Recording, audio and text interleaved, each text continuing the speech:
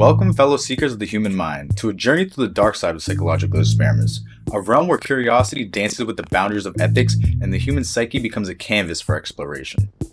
As we embark on this odyssey, prepare to witness the unraveling of the mysteries of the mind, where experiments have pushed the limits of understanding, challenged our perceptions, and at times left an indelible mark on the pages of history. Join us as we delve into the depths of psychological experiments throughout time, where the quest for knowledge meets the enigmatic landscapes of the human soul. This is the Psychological Experiments Iceberg. Now, if you haven't checked out any of the other videos, this basically is going to be one long video from very top of the iceberg. I'm pretty sure it starts off in the sky all the way to the very bottom depths of the iceberg. So this is going to be a long one. If you don't have time for that, which, hey, I completely get, I also will link the playlist to all the different episodes right here. So you can kind of go whatever order you want to. It doesn't really matter to me. But yeah, other than that, subscribe, hit that notification bell, all that stuff, and hope you guys enjoy. At the end, let me know what your favorite psychological experiment is. That's kind of a weird way to phrase it. Let me know what you think the most messed up psychological experiment on this entire iceberg was. But yeah, other than that, let's get to it. Okay, so we're actually starting this iceberg off in the sky. We're not even at the tip yet. So starting off is Pavlov's dog. Now, Pavlov's dog's experiments played a critical role in the discovery of one of the most important concepts in psychology, classical conditioning. Now, while it actually happened by accident, Pavlov's famous experiments had a major impact on our understanding of how learning actually takes place, as well as the development of the school of behavioral psychology. Classical conditioning is sometimes called Pavlovian conditioning. So, how did experiments on the digestive response in dogs lead to one of the most important discoveries in psychology? Ivan Pavlov was a noted Russian psychologist who won the 1904 Nobel Prize for his work studying digestive processes. While studying digestion in dogs, Pavlov noticed an interesting occurrence. His canine subjects would begin to salivate whenever an assistant entered the room. The concept of classical conditioning is studied by every entry-level psychology student, so it may be surprising to learn the man who first noted this phenomenon was not a psychologist at all. In his digestive research, Pavlov and his assistants would introduce a variety of edible and non-edible items and measure the saliva production that the items produced. Salivation, he noted, is a reflexive process.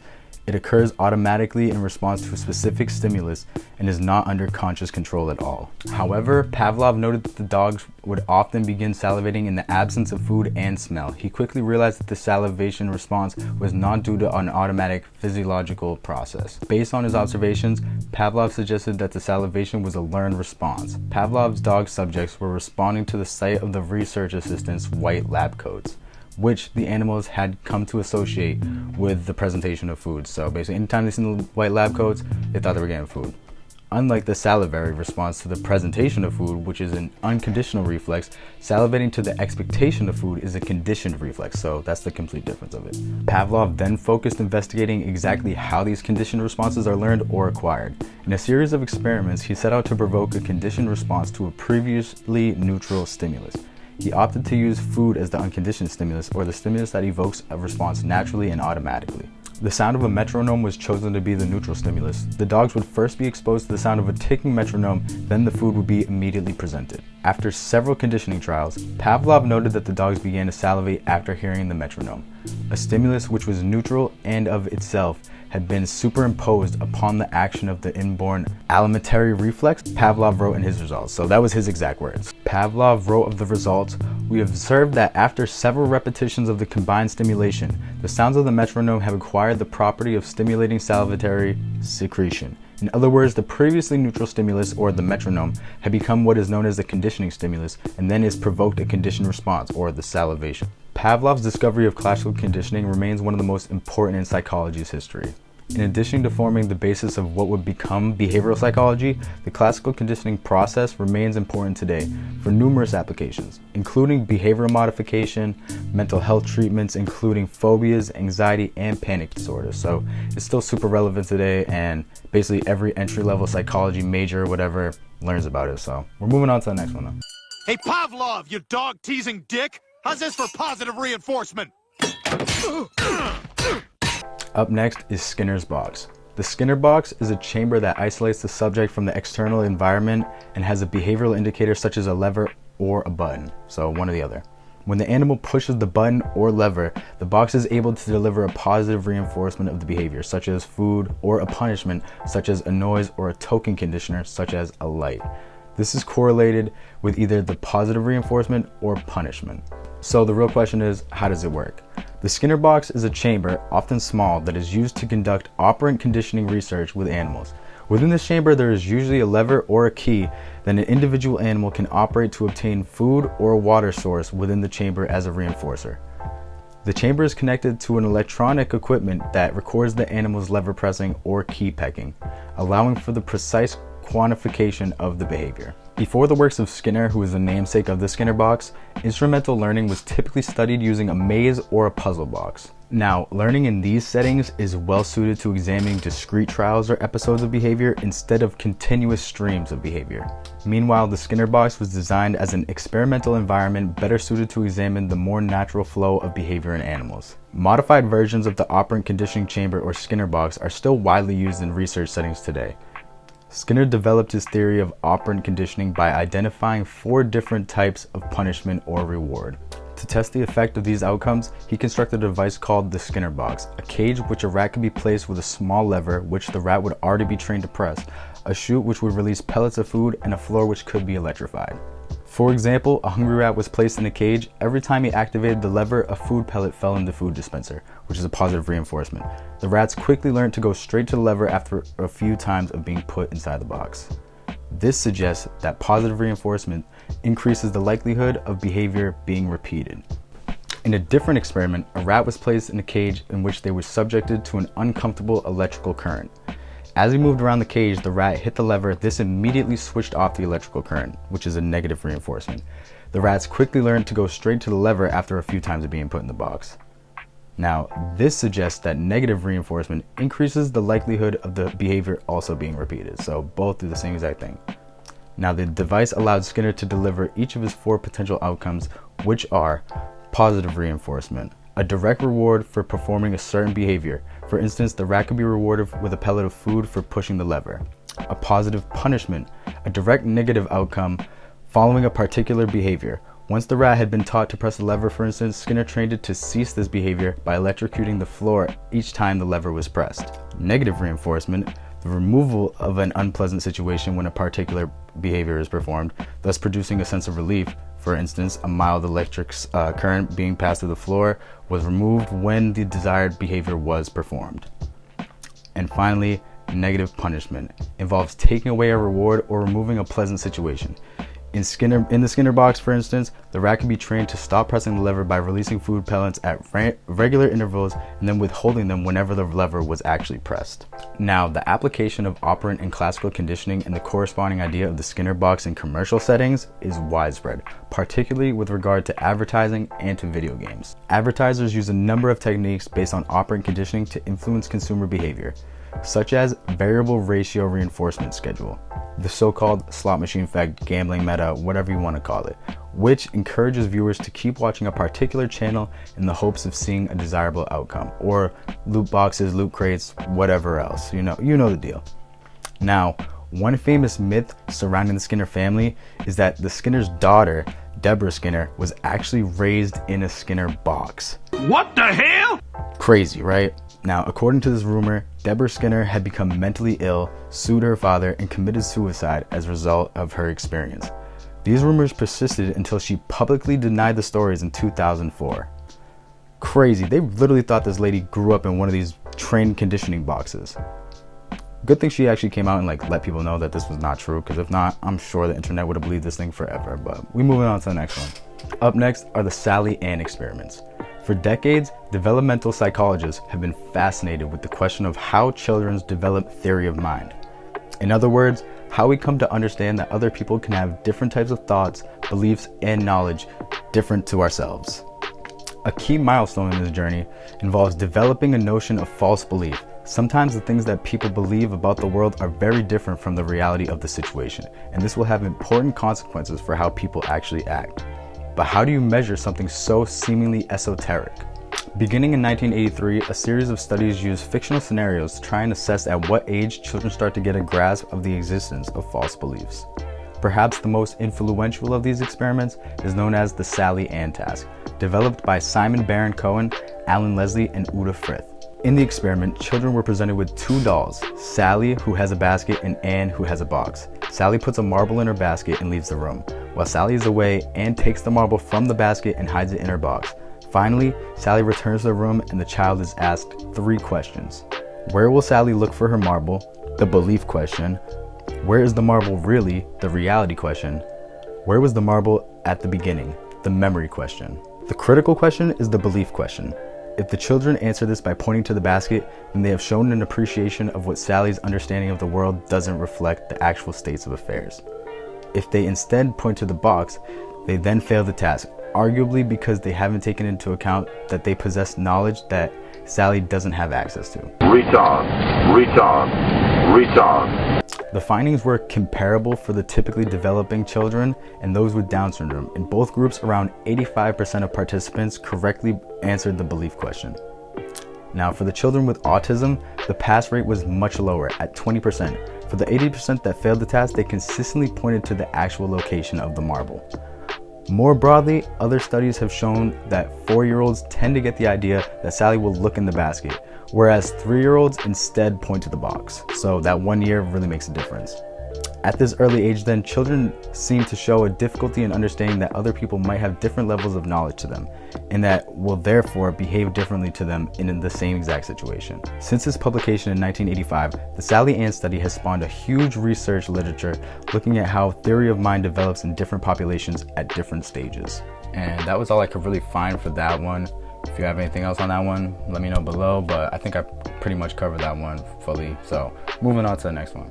Okay, next up is the Piaget conservation experiment. Conservation refers to the logical thinking ability that allows a person to determine that a certain quantity will remain the same despite adjustment of the container, shape, or apparent size, according to psychologist Jean Piaget. His theory poses that the ability is not present in children during the pre-operational stage of their development around ages 2 to 7, but instead develops in the concrete operational stage from around 7 to 11.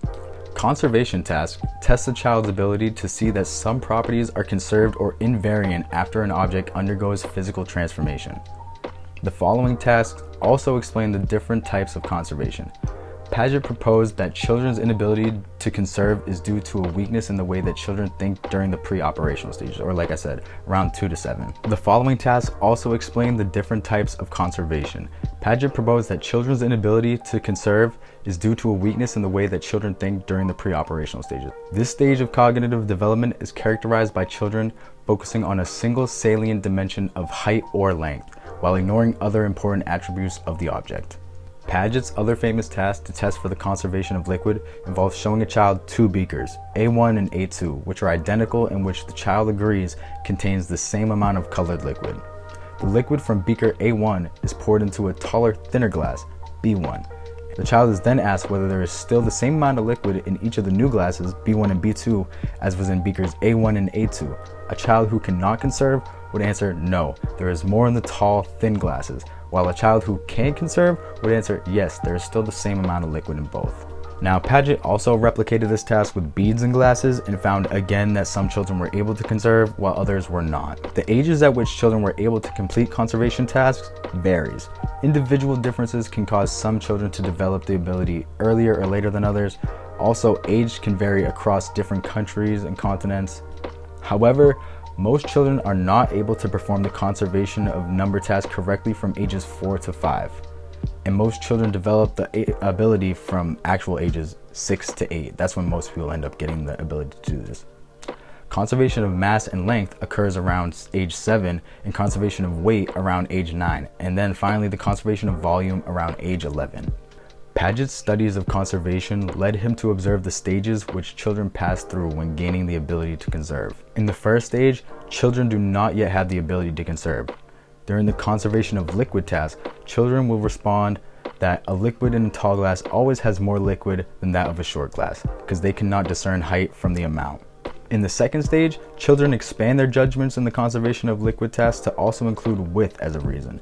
They may answer that a shorter, stouter glass has more liquid than a tall, skinny glass. In the third stage, children have gained the ability to conserve and recognize that height and width do not affect the amount. Conservers believe more firmly in their answers on conservation tasks when paired with non-conservers as partners, and they are able to offer multiple explanations and are more likely to manipulate the task materials to prove their point then non-conservers. Most studies indicate that conservation occurs in a similar sequence and at similar ages across cultures, but that there are differences in the rate at which conservation and other cognitive abilities are acquired across cultures.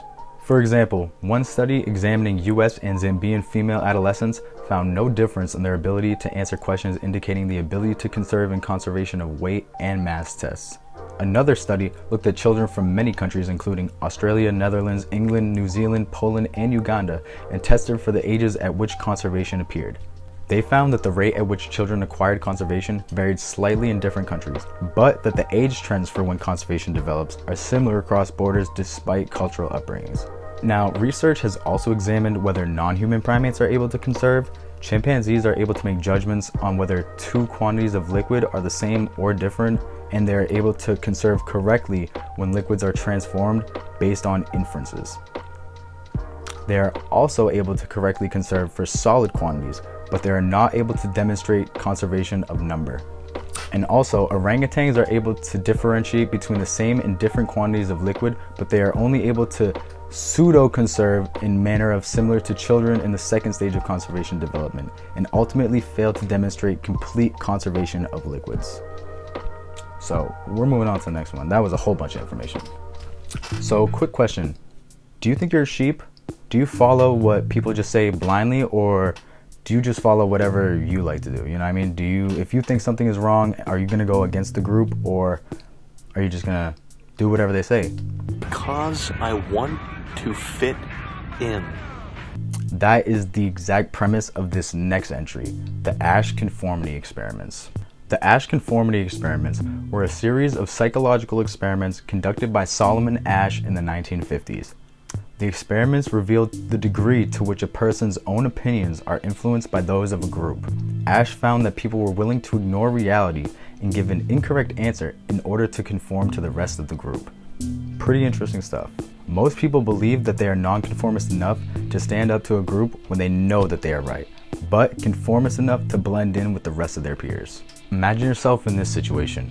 You've signed up to participate in a psychology experiment in which you are asked to complete a vision test. Seated in a room with the other participants, you are shown a line segment and then are asked to choose the matching line from a group of 3 segments of different lengths. The experimenter asks each participant individually to select the matching line segment. On some occasions, everyone in the group chooses the correct line, but occasionally, the other participants unanimously declare that a different line is actually the correct match. So what do you do when the experimenter asks you which line is the right one? Do you go with your initial response, or do you choose to conform with the rest of the group and pick the wrong answer?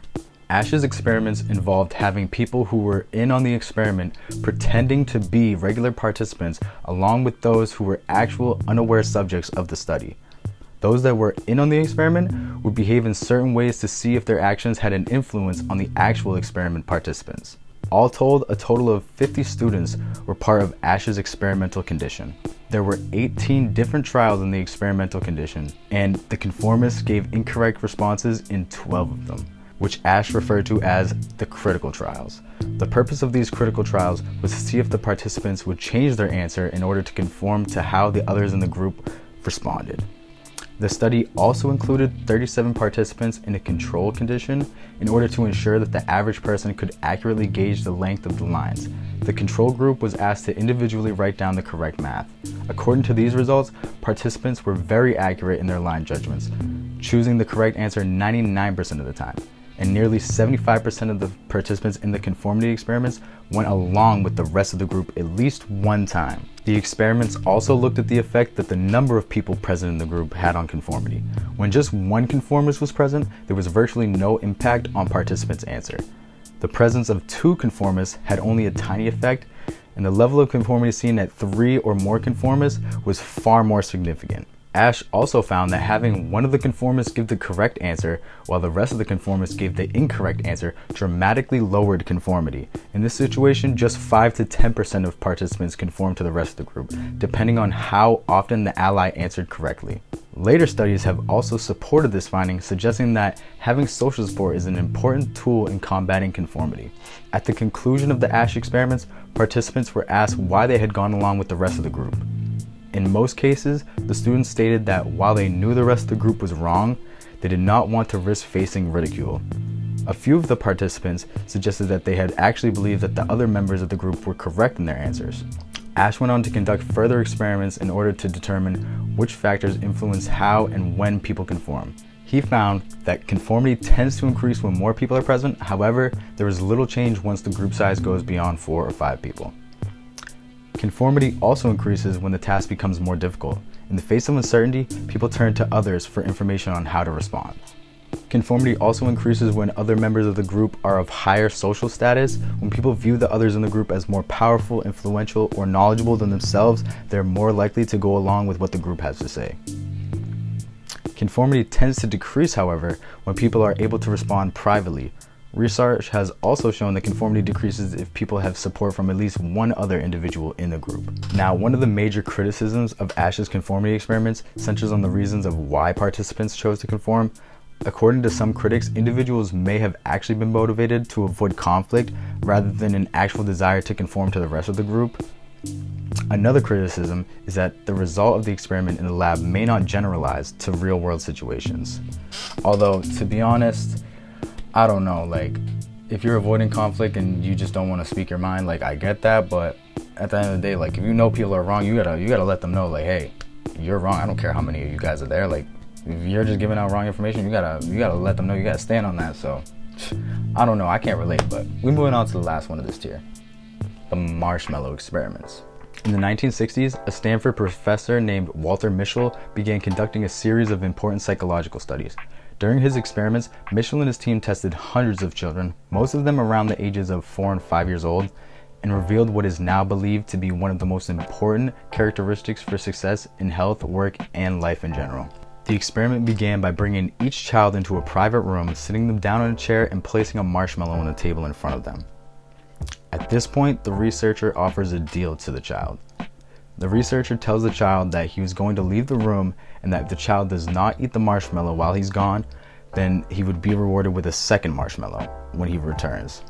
However, if the child decided to eat the first one before the researcher came back, then they would not get a second marshmallow. So the choice was simple: 1 treat right now or 2 treats later. Basically a patience test. Now, as you can imagine, the footage of the children waiting alone in the room was rather entertaining. Some kids jumped up and ate the first marshmallow as soon as the researcher closed the door. Others wiggled and bounced and scooted in their chairs as they tried to restrain themselves, but eventually gave in to the temptation a few minutes later. And finally, a few of the children did manage to wait the entire time out, so good shit to them. Published in 1972, this popular study became known as the Marshmallow Experiment, but it wasn't the treat that made it famous. The interesting part came years later. As the years rolled on and the children grew up, the researchers conducted follow-up studies and tracked each child's progress in a number of areas. What they found was surprising. The children who were willing to delay gratification and waited to receive the second marshmallow ended up having higher SAT scores, lower levels of substance abuse, lower likelihood of obesity, better responses to stress, better social skills as reported by their parents, and generally better scores in a range of other life measures. But a new study published recently has cast doubt onto the whole concept. The researchers are Tyler Watts, Greg Duncan, and Hanoan Kwan. Now, Watts and his colleagues were skeptical of the findings. The original results were based on studies that included fewer than 90 children, and they were all enrolled in a preschool on Stanford's campus. In restaging the experiment, Watts and his colleagues thus adjusted the experimental design in important ways. The researchers used a sample that was much larger, more than 900 children, and also more representative of the general population in terms of race, ethnicity, and parents' education. The researchers also, when analyzing their test results, controlled for certain factors, such as the income of a child's household. That might explain why the child's ability to delay gratification in their long-term success. Like, obviously, if you need to pay the bills, like, you can't wait. And ultimately, the new study finds limited support for the idea that being able to delay gratification leads to better outcomes. So, that's good for me. I'm impatient. Instead, it suggests that the capacity to hold out for a second marshmallow is shaped in large by part of a child's social and economic background, and in turn, that background, not the ability to delay gratification, is what is behind the kid's long-term success. Pretty crazy shit, but we're moving on to the last one, the Halo Experiments of 1977. University of Michigan professor Richard Nisbin and Timothy Wilson were interested in following up a study from 50 years earlier on a concept known as the halo effect. In the 1920s, American psychologist Edward Thorndike researched a phenomenon in the US military that showed cognitive bias. The halo effect is a type of cognitive bias in which our overall impressions of how a person influences how we feel and think about their character. Essentially, your overall impression of a person, like he is nice, impacts your evaluations of that person's specific traits. Like if he's nice, he must also be smart. Perceptions of a single trait can carry over to how people perceive other aspects of that person. Now, one great example of the halo effect in action is our overall impression of celebrities. Since people perceive them as attractive, successful, and often likable, they also tend to be seen as intelligent, kind, and funny, which we all know is not true. In 1977, Nisbet and Wilson tested the halo effect using 118 college students, 62 males and 56 females. Students were divided into two groups and were asked to evaluate a male Belgian teacher who spoke English with a heavy accent. Participants were shown one of two videotaped interviews with the teacher on a television monitor. The first interview showed the teacher interacting cordially with the students. The second interview showed the teacher behaving inhospitably. The subjects were then asked to rate the teacher's physical appearance, mannerisms, and accent on an 8-point scale from appealing to irritating. Imagine just getting labeled irritating. That would suck. Oh my god. Nisbet and Wilson found that on physical appearance alone, 70% of the subjects rated the teacher as appealing when he was being respectful and irritating when he was cold. When the teacher was rude, 80% of the subjects rated his accent as irritating, as compared to nearly 50% when he was being nice. The updated study on the halo effect shows that cognitive bias isn't exclusive to a military environment. Cognitive bias can get in the way of making the correct decision, whether it's during a job interview or deciding whether to buy a product that's been endorsed by a celebrity we admire, or tons of other examples. Up first is MKUltra. MKUltra was a top secret CIA project in which the agency conducted hundreds of clandestine experiments, sometimes on unwitting US citizens, to assess the potential use of LSD and other drugs for mind control, information gathering, and psychological torture. Now, although Project MKUltra only lasted from 1953 until about 1973, details of the illicit program didn't become public until 1975, during a congressional investigation into the widespread illegal CIA activities within the United States and around the entire world. Okay, so to be honest, I do have a bigger video planned for MKUltra and actually for one other entry in this part of the iceberg. So for those, I'm just going to give like short little blurbs so you kind of get an idea of what it is, and then in the full video I'll break down everything having to do with them. So just so you know, I know this was a short one, but that's why, because I have a full video coming on it. So let's get to the next one. Up next is learned helplessness. Learned helplessness is a psychological phenomenon in which a person learns that he or she cannot avoid bad things happening in the future. This then causes him or her to stop trying to prevent them from actually happening, and they just kind of expect bad things to happen. Learned helplessness is also often associated with depression. The first people to describe learned helplessness were the American psychologists Stephen F. Meyer and Martin E. P. Seligman. Now, Seligman conducted a series of classical experiments in the 1960s in which some dogs were placed in a chamber where they received electrical shock from which they could not escape. The dogs in the escape group could escape the shocks by pressing a panel with their nose. In the second phase, the animals were placed in a shuttle box divided by a barrier in the middle that the dogs could jump in order to escape the shocks. Only the dogs that had learned to escape in the previous phase, though, actually tried to jump. The other dogs did not even attempt to. In comparison, dogs who were previously allowed to escape the shocks tended to jump the partition and escape the pain. In the 1970s, Seligman extended the concept of learned helplessness from non-human animal research to clinical depression in humans and proposed the learned helplessness theory to explain how people become vulnerable to depression. According to this theory, people who are repeatedly exposed to stressful situations beyond their control develop an inability to make decisions or engage effectively in purposeful behavior. Subsequently, researchers have noticed that this learned helplessness theory is similar to post-traumatic stress disorder. Although the initial learned helplessness theory was considered to be an important breakthrough in its time, it soon came to be accepted that the theory needed further development to be applicable to humans, who are way more complex than other animals as it relates to our cognitive processes. Seligman and colleagues later reformulated the original learned helplessness model of depression that leads to the perception that one lacks control over negative outcomes are important in fostering a sense of learned helplessness. The logic of this model is that when an individual finds himself in a situation where something has either gone right or wrong, they will ask why. The answers that the person tends to give when asking themselves that kind of question will dictate whether that person defaults to an optimistic or a pessimistic explanatory style. Now, to be honest, I just figured we were kind of starting off on like a pretty sad one, you know what I mean? Learned helplessness, like you You just learn that you can't actually ever be helped. So on the other side of that, there's also learned hopefulness. So I want to go over this real quick and then we'll get right back to the iceberg. Seligman himself believed that a more positive attributional style can be taught in order to overcome learned helplessness. Psychologists called this attribution style learned hopefulness.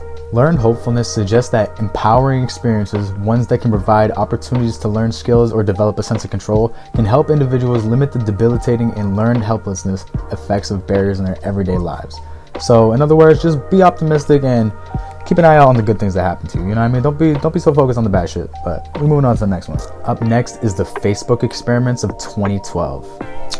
For 1 week in 2012, Facebook altered the algorithms it uses to determine which status updates appeared in the newsfeed of 689,003 randomly selected users, or about 1 out of every 2,500 Facebook users.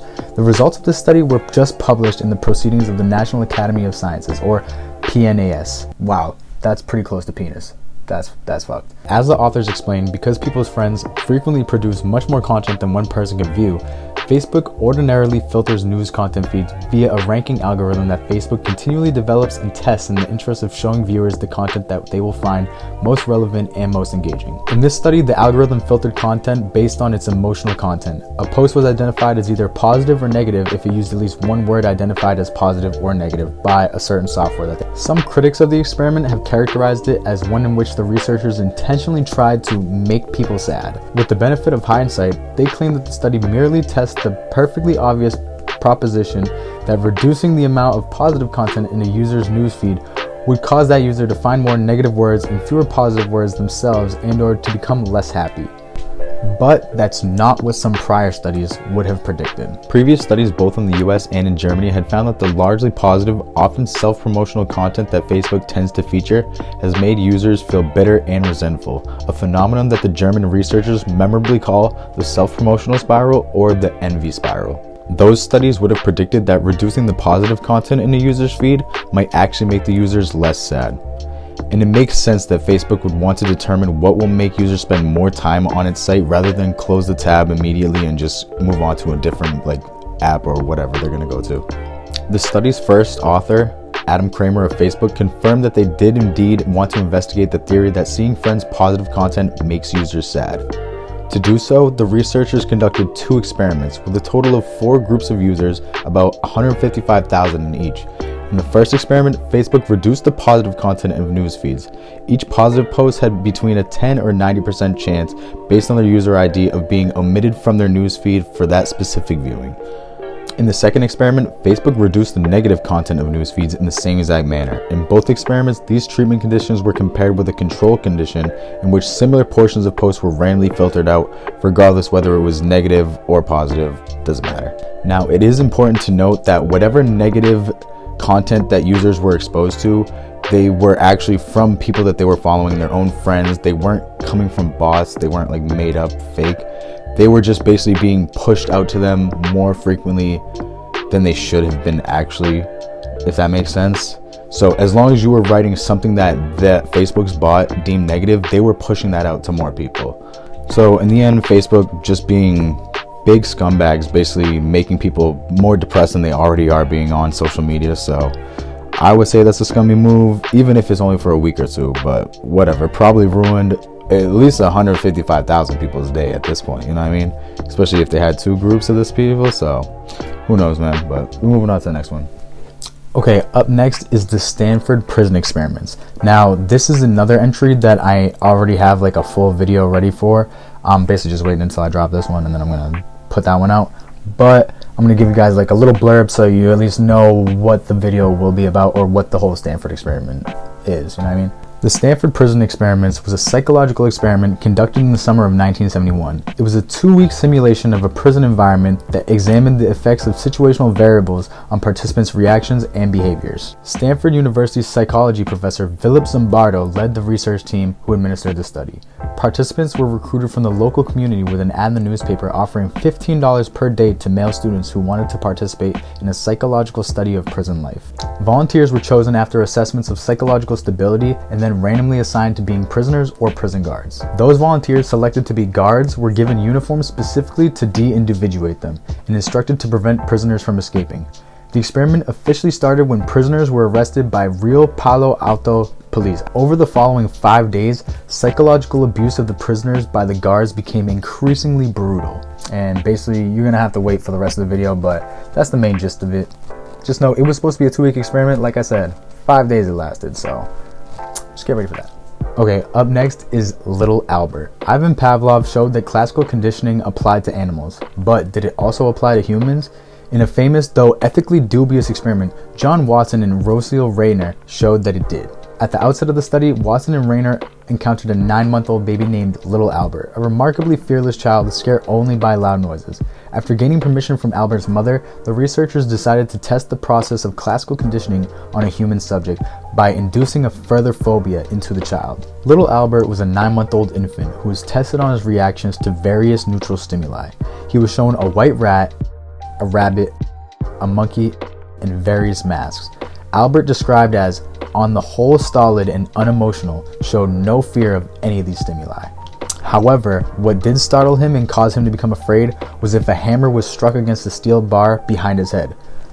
Obviously, let's be real, that would freak the shit out of anybody. The sudden noise would cause Little Albert to burst into tears. After 7 pairings of the rat and noise in 2 sessions 1 week apart, Albert reacted with crying and avoidance when the rat was presented without the loud noise.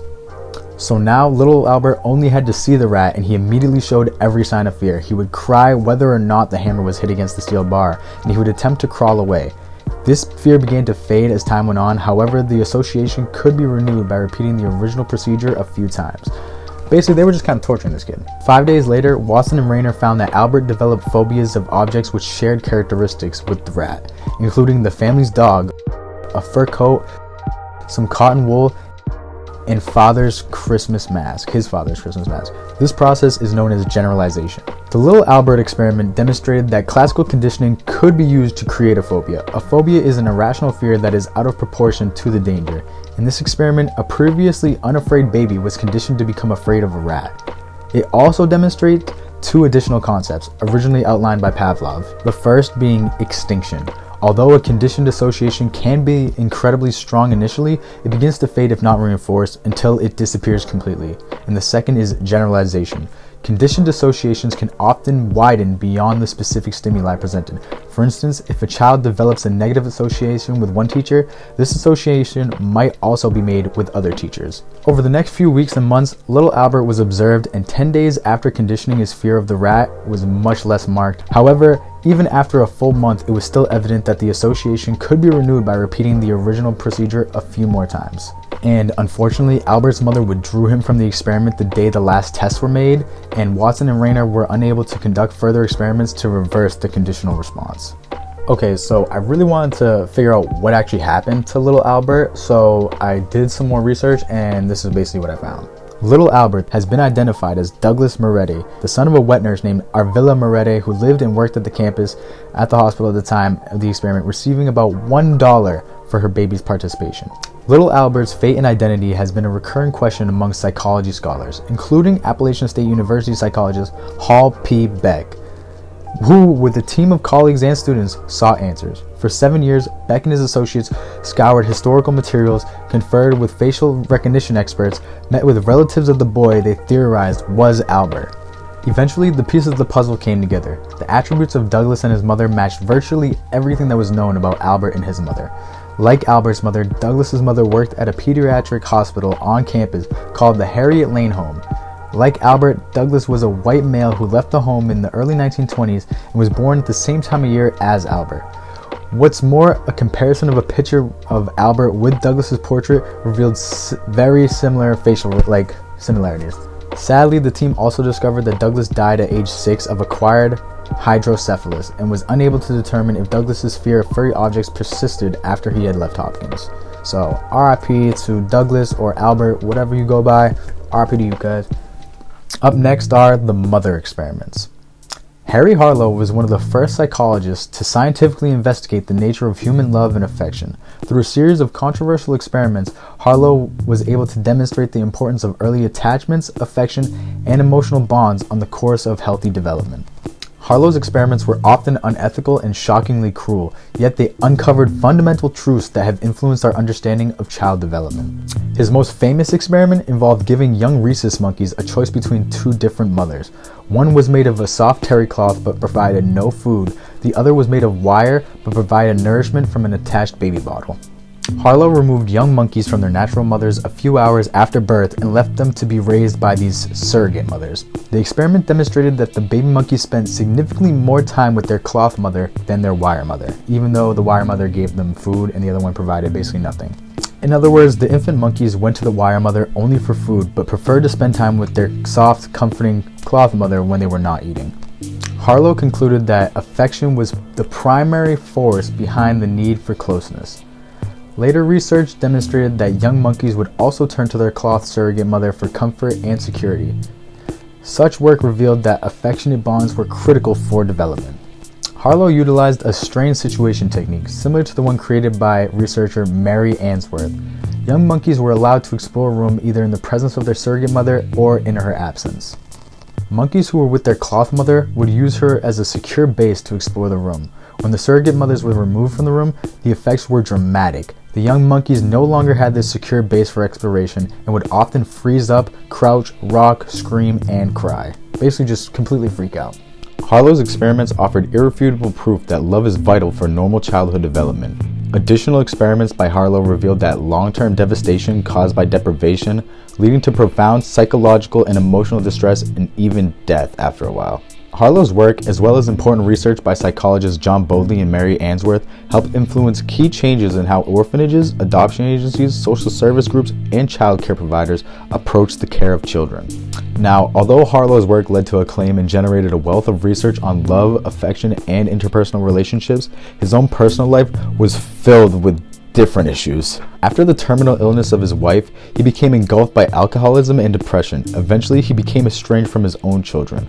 Colleagues frequently describing him as sarcastic, mean-spirited, misanthropic, chauvinistic, and cruel. So basically, guy was just an asshole and nobody really liked him at this point. Harlow's work was controversial in his own time and continues to draw on criticisms today. While such experiments present major ethical dilemmas, his work has helped inspire a shift in the way we think about children and development and helped researchers better understand both the nature and importance of love. So, I guess it's 50-50. He's an asshole, but I guess he helped out with some stuff, so whatever. Moving on to the last thing on this list, though, or this tier. Okay, and so for the final one, for the tip of the iceberg, we have the Milgram Experiments. One of the most famous studies of obedience in psychology was carried out by Stanley Milgram, a psychologist at Yale University. He conducted an experiment focusing on the conflict between obedience to authority and personal conscience. Milgram examined justifications for acts of genocide offered by those accused at the World War II Nuremberg war criminal trials. Their defense often was based on obedience, or they were just saying that they were following orders from their superiors. The experiments began in July 1961, a year after the trial of Adolf Eichmann in Jerusalem. Milgram devised the experiment to answer the question, could it be that Eichmann and his million accomplices in the Holocaust were just following orders? Can we call them all accomplices? Those are basically the questions he was trying to ask and get the answers to. Milgram wanted to investigate whether Germans were particularly obedient to authority figures, as this was a common explanation for the Nazi killings in World War II. Milgram selected participants for his experiment by newspaper advertising for male participants to take part in a study of learning at Yale University. The procedure was that the participant was paired with another person and they drew lots to find out who would be the learner and who would be the teacher. The draw was always fixed so that the participant was always the teacher and the learner was always one of Milgram's participants, so somebody that he chose specifically. The learner, who was our participant called Mr. Wallace, was taken into a room and had electrodes attached to his arms, and the teacher and researcher went into a room next door that contained an electrical shock generator and a row of switches marked from 15 volts, which was a slight shock, to 375 volts, dangerous severe shock, and all the way up to 450 volts, which was death basically. Milgram was interested in researching how far people would go in obeying an instruction if it involved harming another person. Milgram was interested in how easily ordinary people could be influenced into committing atrocities. Volunteers were recruited for a controlled experiment investigating learning, more so ethics and deception. Participants were 40 males aged from 20 to 50 whose jobs ranged from unskilled to professional from the New Haven area. They were paid $4.50 for just turning up. The learner, Mr. Wallace, was strapped to a chair with electrodes. After he has memorized a list of word pairs given to him to learn, the teacher tests him by naming a word and asking the learner to recall its partner or pair word from a list of 4 possible choices. The teacher is told to administer an electric shock every time the learner makes a mistake, increasing the level of shock each time. At this point, there were 30 switches on the shock generator, marked from 15 volts, slight shock, all the way up to 450 volts, which is danger, severe shock, or death, basically, like I said before. The learner gave mainly wrong answers, all on purpose, and for each of these, the teacher gave him an electric shock. When the teacher refused to administer a shock, the experimenter was to give a series of orders or prods to ensure that they continued. In total, there were 4 prods, and if one was not obeyed, then the experimenter, Mr. Williams, read out the next prod, and so on. And the orders that were given to them is: number 1, please continue. Number 2, the experiment requires you to continue. Number 3, it is absolutely essential that you continue. And number 4, you have no other choice but to continue. 65% or 2/3 of participants continued to the highest level of 450 volts. All the participants continued to at least 300 volts. Milgram did more than one experiment. He carried out 18 variations of this study. The individual explanation for the behavior of the participants would be that it was something about them as people that caused them to obey, but a more realistic explanation is that the situation they were in influenced them and caused them to behave in a way that they did. Some of the aspects of this situation may have influenced their behavior. Include the formality of the location, the behavior of the experimenter, and the fact that it was an experiment for which they had volunteered and been paid. Ordinary people are likely to follow orders given by an authoritative figure, even to the extent of killing an innocent human being. Obedience to authority is ingrained in all of us from the way that we're brought up. People tend to obey orders from other people if they recognize their authority as morally right and or legally based. This response to legitimate authority is learned in a variety of situations. For example, in this family, school, and the workplace.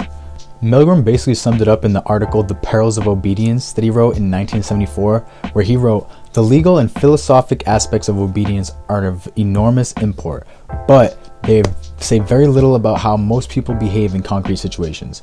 I set up a simple experiment at Yale University to test how much pain an ordinary citizen would inflict on another person simply because he was ordered to by an experimental scientist. Stark authority was pitted against the subjects or participants, strongest moral imperatives against hurting others, and with the subjects or participants' ears ringing in the screams of the victim's authority won more often than not. The extreme willingness of adults to go to almost any lengths on the command of an authority constitutes the chief finding of the study and the fact most urgently demanding explanation."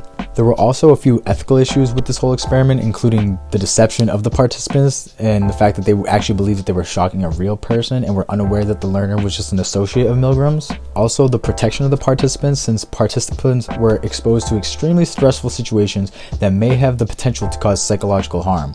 Many of the participants were even visibly distressed.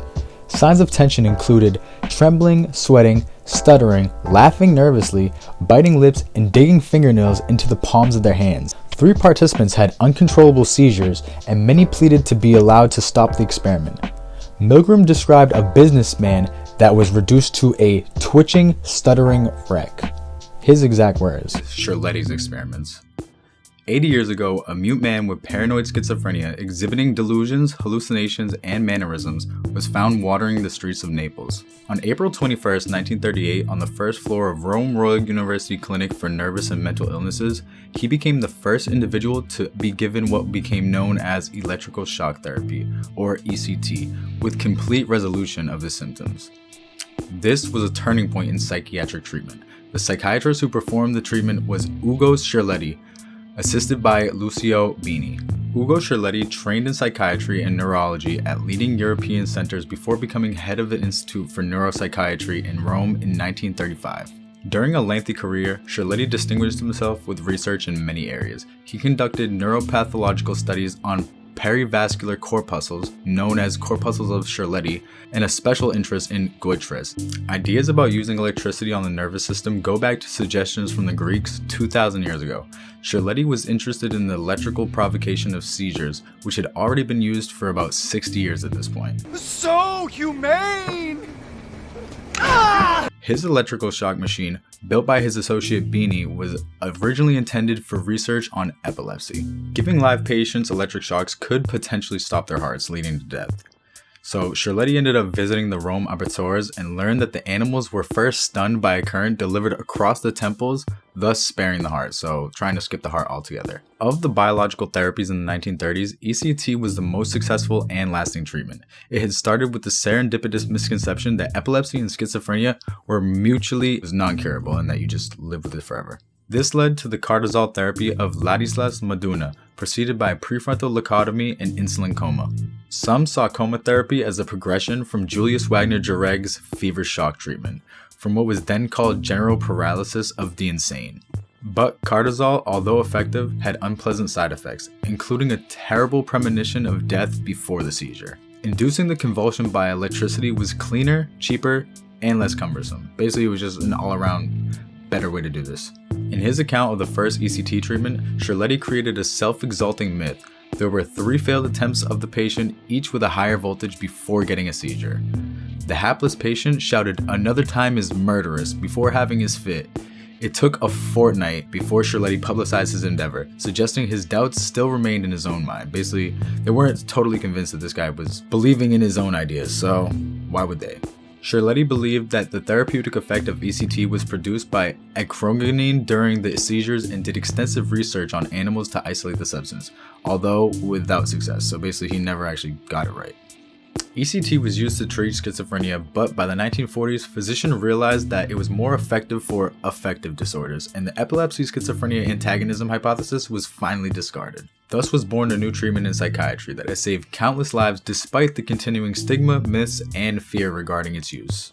Cerletti's venture into electrical shock was done when fascism was at its height. Italian psychiatry, although heavily influenced by German psychiatry, did have its own character to it. From the start, it regarded neurology as equal partners with a strong focus of neuropsychiatry. It did not follow the German model of killing psychiatric patients, which presaged the horrors of the Holocaust. Basically, they were willing to work with people that were kind of slow or anything like that, whatever you want to call it. But What does that mean? Retard. to his credit, Cerletti did not support the fascist party, although it is reported that he read a bunch of their literature, so take with that what you must. And it's kind of ironic that the most life-saving treatment in psychiatry was discovered by someone who saw himself as primarily a neurologist. And despite all his successes, Cerletti, the most renowned representative of Italian neuropsychiatry in the mid-20th century, is technically considered unlucky because despite being nominated twice for a Nobel Peace Prize, he's actually never won. So that kind of sucks, but hey, whatever, man. You saved millions of lives at this point, so good for you. But we moving on. Up next is David Reimer. David Reimer was an identical twin boy born in Canada in 1965. When he was 8 months old, his penis was irreparably damaged during a botched circumcision. During the circumcision on baby Bruce, there had been a horrible accident. What they did was turn up the cauterizing iron to a high heat. There was a sizzle and a poof, and the penis was gone. John Money, a psychologist from Johns Hopkins University, had a prominent reputation in the field of sexual development and gender identity. Utterly depraved. David's parents took David to see Dr. Money at Johns Hopkins Hospital in Baltimore, where he advised them that David should have his sex reassigned to become a girl through surgical, hormonal, and psychological treatments. John Money believed that gender identity is primarily learned through one's upbringing or nurture, as opposed to one's inborn traits instead of nature. He proposed that gender identity could be changed through behavioral interventions, and he advocated that gender reassignment was the solution for treating any child with intersex traits or atypical sex anatomies. He argued that it's possible to habilitate a baby with a defective penis more effectively as a girl than as a boy. And at the age of 22 months, David underwent extensive surgery in which his testicles and penis were surgically removed and rudimentary female genitals were constructed. David's parents raised him as a female and gave him the name Brenda. This name was chosen to be similar to his birth name, which was actually Bruce. And David was given estrogen during his adolescence to promote the development of actual breasts. He grew up wearing dresses and was directed to engage in typical female norms such as playing with dolls and mingling with other girls.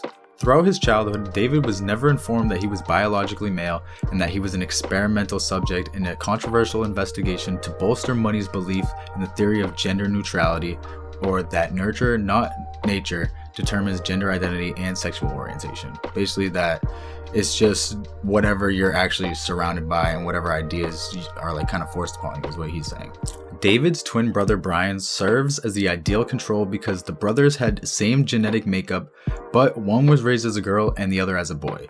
Money continued to see David and Brian for consultations and checkups annually, basically just checking in on them. During these checkups, Money would force the twins to rehearse sexual acts and inspect one another's genitals. He was on some super weirdo shit. On some occasions, Money would even photograph the twins doing these exercises. Money claimed that childhood sexual rehearsal play was important for healthy childhood sexual exploration. My guy was a fucking weirdo. David also recalls receiving anger and verbal abuse from Money if they resisted participation. Money reported on Reimer's progress as the John/Jones case to keep the identity of David anonymous. Money described David's transition as successful. He claimed that David behaved like a little girl and did not demonstrate any of the boyish mannerisms of his twin brother Brian. Money would publish this data to reinforce his theories of gender fluidity and to justify that gender identity is primarily learned. In reality though, David was never happy as a girl. He rejected his female identity and experienced severe gender dysphoria. He would complain to his parents and teachers that he felt like a boy, would refuse to wear dresses or play with dolls. Basically, he was just kind of pushing away that identity completely. He was severely bullied in school and experienced suicidal depression throughout his adolescence. Upon learning about the truth of his birth and sex from his father at the age of 15, David assumed a male gender identity, calling himself David. He underwent treatments to reverse the assignment, such as testosterone injections and surgeries to remove the breasts and reconstruct the penis. David married a woman named Jane at the age of 22 and adopted 3 children. Dr. Milton Diamond, a psychologist and sexologist at the University of Hawaii and a longtime academic rival of Money, met with David to discuss his story in the mid-1990s. Diamond brought David's experiences to international attention by reporting the true outcome of David's case to prevent physicians from making similar decisions when treating other infants. Diamond helped debunk Money's theory that gender identity could be completely learned through intervention. David continued to suffer from psychological trauma throughout adulthood due to Money's experiments and his harrowing childhood experiences. David endured unemployment, the death of his twin brother Brian, and marital difficulties. At the age of 38, David committed suicide. David's case became the subject of multiple books, magazine articles, and documentaries. He brought to attention the complications of gender identity and called into question the ethicality of sexual reassignment of infants and children.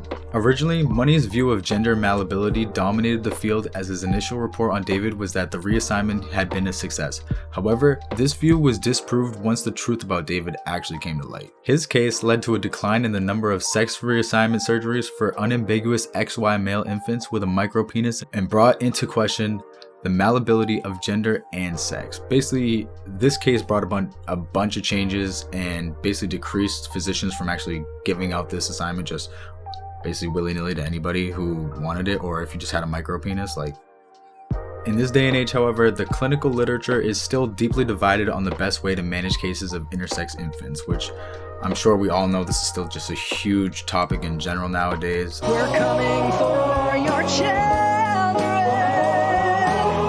But, you know, you do you, my guy. Anyways, moving on to the next one. Okay, so next up is 3 identical strangers. Now, I'm gonna break this down as best as I can, but to be honest with you, Mr. Ballin, I'm not sure if you guys are aware of who he is. He's a big YouTuber, he's a huge YouTuber at this point, but he has an amazing video on this. So I'm gonna make sure I link down his video below, just because, to be honest, I don't think I'm gonna be able to explain it any better than he did, but I'm gonna give a brief rundown of it just in case if you don't want to click over there. I appreciate that, trust me. But anyways, I'm gonna give you this just in case. So, the 3 identical strangers: Robert Shafran, Edward Galland, and David Kellman, who were triplets that were separated at birth. In the 1980s, when the triplets were 19 years old, a chance encounter and a case of misidentity caused the brothers to discover one another. Up until then, neither they nor their families knew that one another had existed. At first, the story of the handsome, smiling triplets was lapped up by the media. Despite their different upbringings, the 3 were the same, basically. They walked the same, they talked the same, they danced the same, they smoked the same cigarettes. They basically had a ton of similarities, obviously. They had the same affection for older women, And their adoptive parents even revealed that as babies, each child would become distressed, banging their head against the side of their crib. Basically, these people were completely alike, and they had no clue each other existed. They were an overnight sensation, the triplets even scoring a cameo in the Madonna movie Desperately Seeking Susan. Basically, they were just blowing up everywhere. For 15 years, the men lived a happy existence, opening a restaurant together named Triplets and even finding love and having children. Basically, their lives were lit. But fractures and fissures began to surface. All three men suffered from mental health issues, and in 1995, Edward took his own life after a struggle with depression. That same year, in 1995, a New Yorker journalist named Lawrence Wright was conducting research for a piece called Double Mystery. In his story, Wright wrote about Dr. Peter Neubauer and his Nature versus Nurture project, which began in the 1950s. Through his findings, Wright soon discovered that Neubauer had worked with an elite adoption agency called the Louis Wise Agency to monitor identical siblings through childhood. The only catch is that the children had to be separated. The brothers recalled having people from the agency film them, asking them to say this and that, ride a bike or paint a picture, all basically under the guise that they were monitoring children who had been adopted out from this agency, like it was just a routine thing. However, shortly after the boys actually reunited for the first time, their parents started asking a lot of questions about this experiment and basically wanted answers, which the adoption agency was basically ducking them. They were furious at what they and their children had been put through. They received no answers until a chance encounter basically propelled them to find out what the actual truth about this was. Their children had been separated from each other deliberately, along with many other people from this agency. Psychologists had partnered with the agency for the twin study, as they call it, and even Dr. Neubauer visited the boys for the first 10 years of the project. This secret research project was never published, and it was never known who the private Washington charities who were bankrolling it actually were. Another chilling part about this was that nobody except those who actually were a part of the experiment knows how many sets of siblings were actually separated to begin with. Three Identical Strangers filmmaker Tim Wardle said that you didn't have to be a scientist to figure out why these men had issues. And in a direct quote, he says, "One of the most shocking things that these psychiatrists are basically just sitting around saying, oh, it's really strange how all these children have all these different problems. The answer is obvious. You've ripped them apart from their siblings and basically ruined their lives," is what he said. And like I said, I'm gonna link the entire Mr. Ballin video below just because I think he does a way better justice of telling you the story. So just in case, but we're moving on to the next one. Up next is the Rosenhan Experiments. The Rosenhan Experiments, or Thud Experiment, was an experiment conducted to determine the validity of psychiatric diagnosis. Rosenhan himself and 7 mentally healthy associates called pseudo-patients attempted to gain admission to psychiatric hospitals by calling for an appointment and feigning auditory hallucinations. Basically, they were just faking this.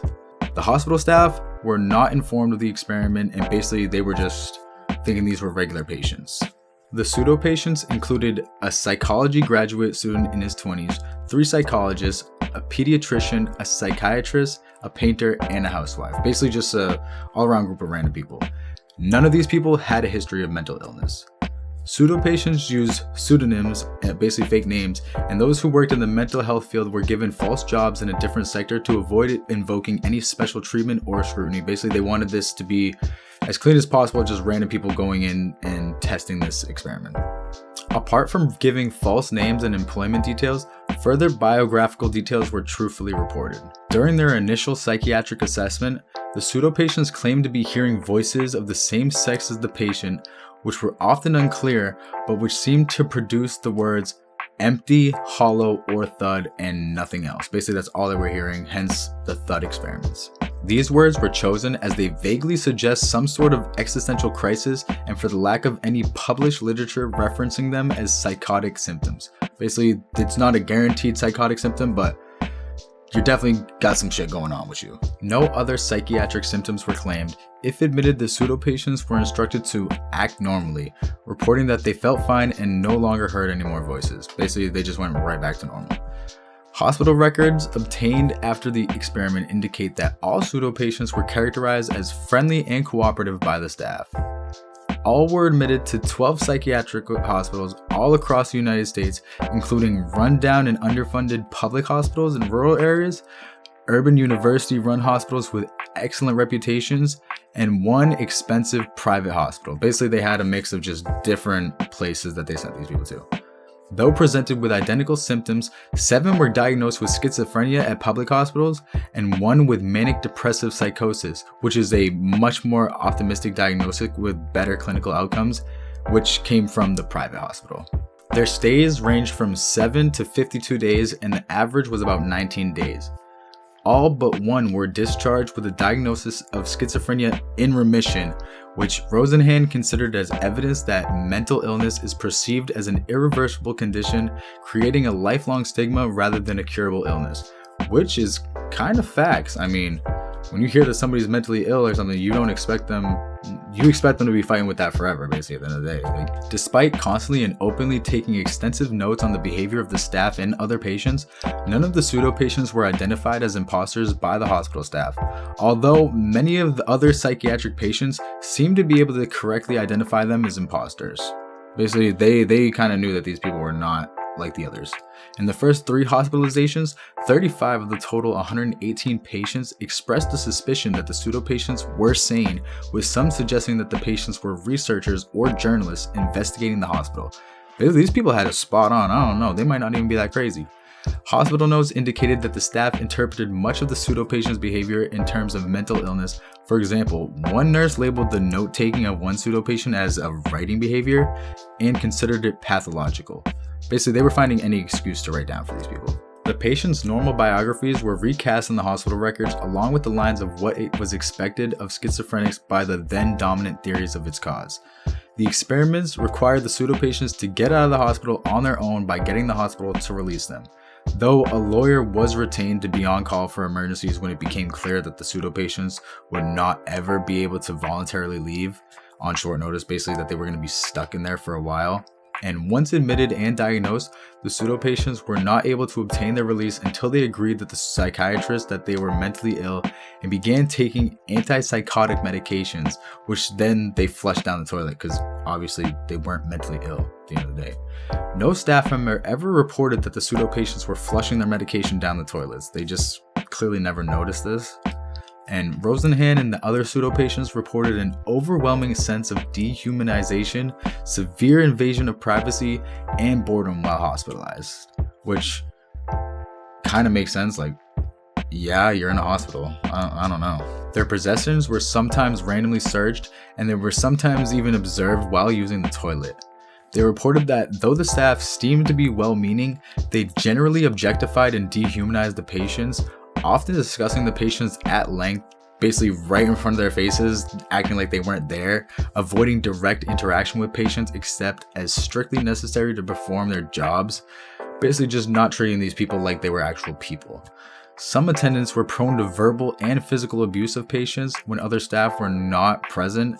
In fact, a group of patients waiting outside of the cafeteria for about half an hour before lunchtime were said by a doctor to his students to be experiencing oral acquisition psychiatric symptoms, and basically contact with doctors averaged about 6 to 8 minutes per day, so they were seeing these people a good amount. The hospitals just did not even realize that none of these people were actually mentally ill at the time, so he did another experiment after this because the hospitals actually got pretty mad about this, saying that they would have known if they basically knew this experiment was going on and that this was basically a fluke and all this stuff. So he actually performed a different experiment called the non-existent imposter experiment, which I'm going to talk about now just as like a little extra. So for this experiment, Rosenhan used a well-known research and teaching hospital whose staff had heard of the results of the initial study, but claimed that similar errors could not be made at this institution. Rosenhan arranged with them that during a 3-month period, 1 or more pseudo-patients would attempt to gain admission and the staff would rate every incoming patient as to the likelihood that they were an imposter. So they were basically just writing down a list, keeping track. Out of 193 patients, 41 were considered to be an imposter and a further 42 were considered super suspect. In reality, Rosenhan had sent no pseudo-patients. All patients suspected as imposters by the hospital staff were just regular patients that were going to be there anyways.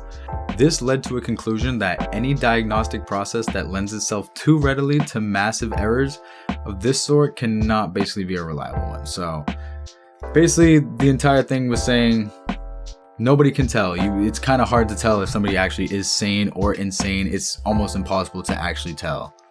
So that's that one, but we're moving on to the next one. Up next is the Tearoom love study. Loud Humphreys, a sociologist, recognized that the public and law enforcement authorities hold highly simplistic stereotype beliefs about men who commit impersonal sexual acts with one another in public restrooms. Tearoom love, as fellatio in public restrooms is called, accounts for the majority of homosexual arrests in the United States. Humphreys decided that it would be considerably social importance for society to gain more objective understanding of what these men are actually going through and who they are and what motivates them to seek quick, impersonal sexual gratification. For his PhD dissertation at Washington University, Humphrey set out to answer this question by means of participant observation and structured interview. Basically, he stationed himself inside tea rooms or bathrooms and offered to serve as watch queen, or the individual who keeps watch and coughs when a police car stops nearby or a stranger approaches. He was basically just playing the role of a lookout. He played that role faithfully while observing hundreds of acts of fellatio. He was able to gain the confidence of some of the men he observed to disclose his role as a scientist and persuade them to tell basically their entire lives and about their motives behind what they were doing. Those who were willing to talk openly with him tended to be among the better educated members of the tea room trade, as they call it. To avoid bias, Humphreys secretly followed some of the other men he observed and recorded the license numbers of their cars.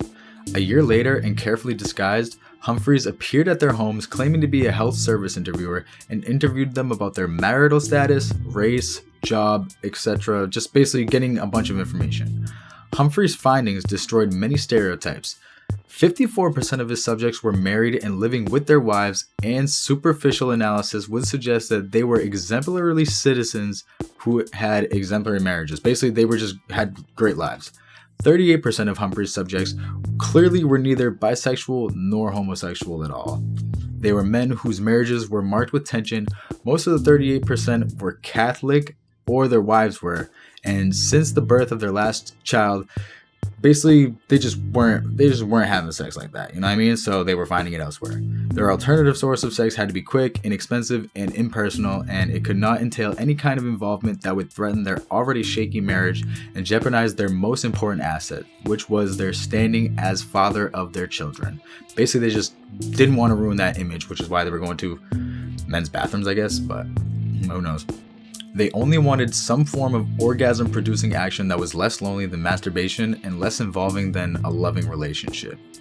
Of the other 62% of Humphrey's subjects, 24 were clearly bisexual, happily married, well-educated, economically quite successful. Basically, they had money, and exemplary members of their community. Basically, again, just great people altogether. Another 24% were single and were covert homosexuals.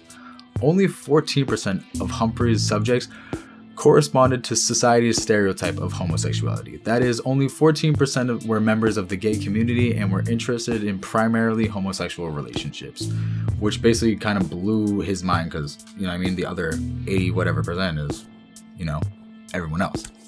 Informal inquiry indicated that Humphrey's research has helped persuade police departments to stop using their resources on arrest for this victimless crime. The dissertation proposal was reviewed by only Humphrey's basically PhD committee, so just only a handful of people actually reviewed this. Only after the research had been completed did the other members of the sociology department even learn about it. Basically, which pissed them all off, obviously. A fury arose when some of those members of the department objected that Humphrey's research had unethically invaded the privacy and threatened the social standings of the subjects, and petitioned that the president of Washington University to rescind Humphrey's PhD degree. Basically, his committee was not feeling it. The rest of his department was not feeling it. They wanted his doctorate gone. They was not feeling that at all. The turmoil resulted in numerous other unfortunate events, including a fistfight among faculty members and the exodus of about half of the department members to positions at other universities.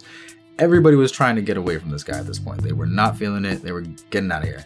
There was considerable public outrage as well. Journalist Nicholas von Hoffman, who was given some details of the case by one of the angered members of the sociology department, wrote an article about Humphrey's research and offered the following condemnation of social scientists. Basically, I'm gonna read a direct quote from him. "We're so preoccupied with defending our privacy against insurance investigators, dope sleuths, counter-espionage men, divorce detectives, and credit checkers that we overlook the social scientists behind the hunting blinds who are also peeping into what we thought were our most private and secret lives."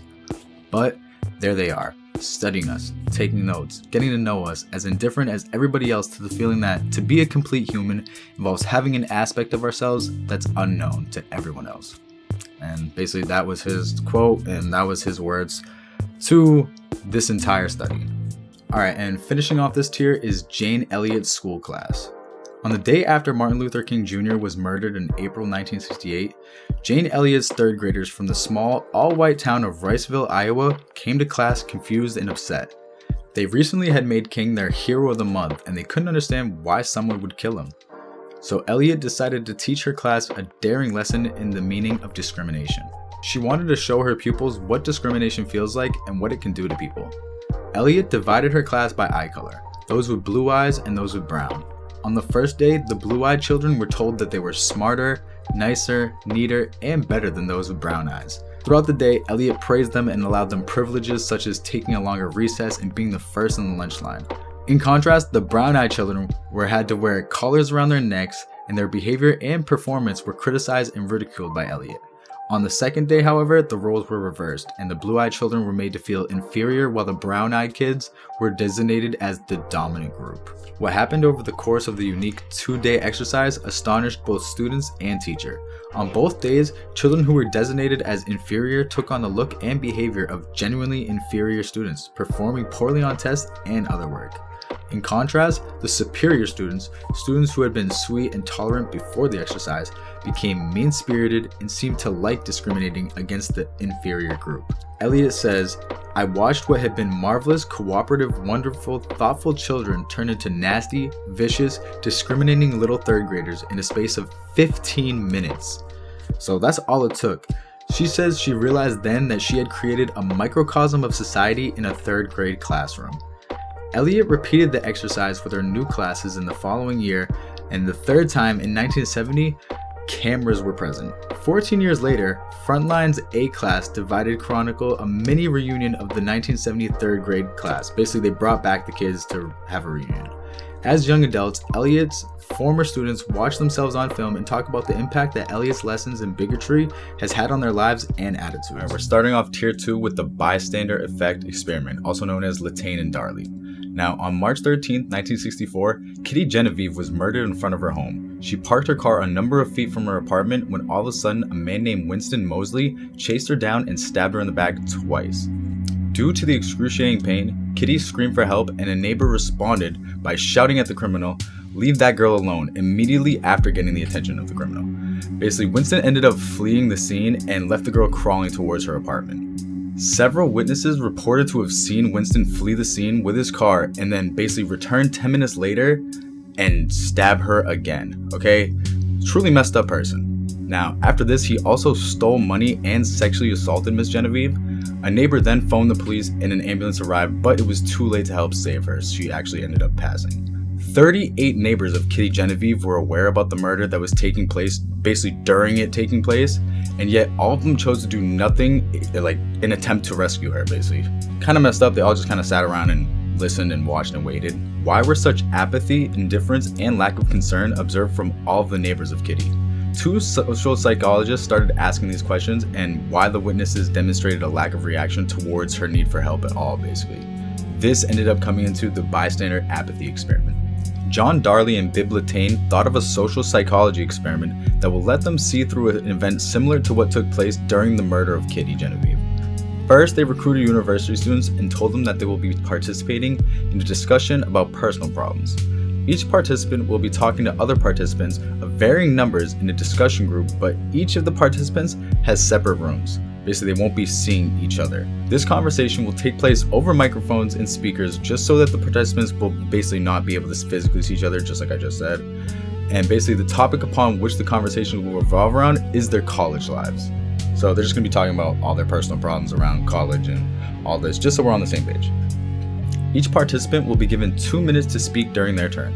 All the microphones of other participants will be turned off. The subject is unaware that all the voices that you hear will all be pre-recorded voices. So that's where the experiment comes in. The number of voices that the subject will be talking to depends on the treatment condition that he is actually in. Or they're in, my bad. There are 5 treatment conditions. First is a solo one-on-one conversation, and the last is a group of 6 participants, 1 subject and 5 pre-recorded voices. One of the pre-recorded voices is that of an epileptic student who is having seizures. The voice will first confess to the group that he is prone to seizures, and it could be life-threatening during its first turn. Its second turn, the seizures actually start to happen. The real subject can only hear the event, and he cannot actually see the participant who is having the seizure. Now, the actual response that is like the thing that the experimenters are measuring during this event is the time that it takes for the subject to stand up, leave the room, and either look for the person that needs help or look for help. Just anyways, looking for somebody to help this guy at this point, Now, the astonishing part of this is only 31% of the subjects tried to seek help at all. This means that most of the subjects didn't bother to look for the experimenters to help the suffering participant. Most of them were obviously anxious, but the reaction just wasn't there at all. However, the significant finding of this experiment lies in the result in the first treatment condition. In a one-on-one conversation, 85% of the subjects actually asked for help, got up, left, tried to help the person having a seizure. This means that the subjects think that they are the only ones who know about the incident. There is a higher probability that they will actually go out and ask for help. On the contrary, the bigger groups displayed fewer reactions to the incident. The significantly higher percentages of subjects who ask for help in the first treatment condition entails that people react more if less number of people are around in an emergency or an event. Basically, fewer people that are around, the faster or the more people are actually going to react to a situation. On the other hand, the significantly lower percentage of the subjects who helped in the other treatment conditions entails that individuals are less likely to help in an emergency when other people are present. And basically, two reasons were offered to explain the bystander apathy effect. First is diffusion of responsibility. This occurs when other people think that another person will intervene. As a result, they feel less responsible to actually help out. The second explanation is pluralistic ignorance. This refers to the mentality that since everyone else is not reacting to the emergency, my personal help is not needed. Seeing the inaction of others will lead to the thought that the emergency is not as serious as compared to the perception when one is alone. Basically, if nobody else is reacting, then, it must not be that big of a deal. Or if more people are around, somebody else is going to handle this. I don't really need to do anything. So that's that whole experiment. We're on to the second one. Up next is Emma Eckstein. Emma Eckstein was an Australian author. She was also one of Sigmund Freud's most important patients. Now, for all that don't know, Sigmund Freud was actually an Australian neurologist and the founder of psychoanalysis. And for a short period of time, around 1897, Emma Eckstein became an actual psychoanalyst herself. She has been described as the first woman analyst who became both colleague and patient to Freud. As an analyst, while working mainly in the area of sexual and social hygiene, she also explored how daydreams and those parasitic plants invaded the life of young girls. Basically, the parasitic plants refer to daydreams, okay? When she was 27, she went to Freud seeking treatment for vague symptoms including stomach ailments and slight depression related to menstruation. Freud diagnosed Eckstein as suffering from hysteria and believed that she masturbated to excess. I don't know if that was really happening, but that's what he said.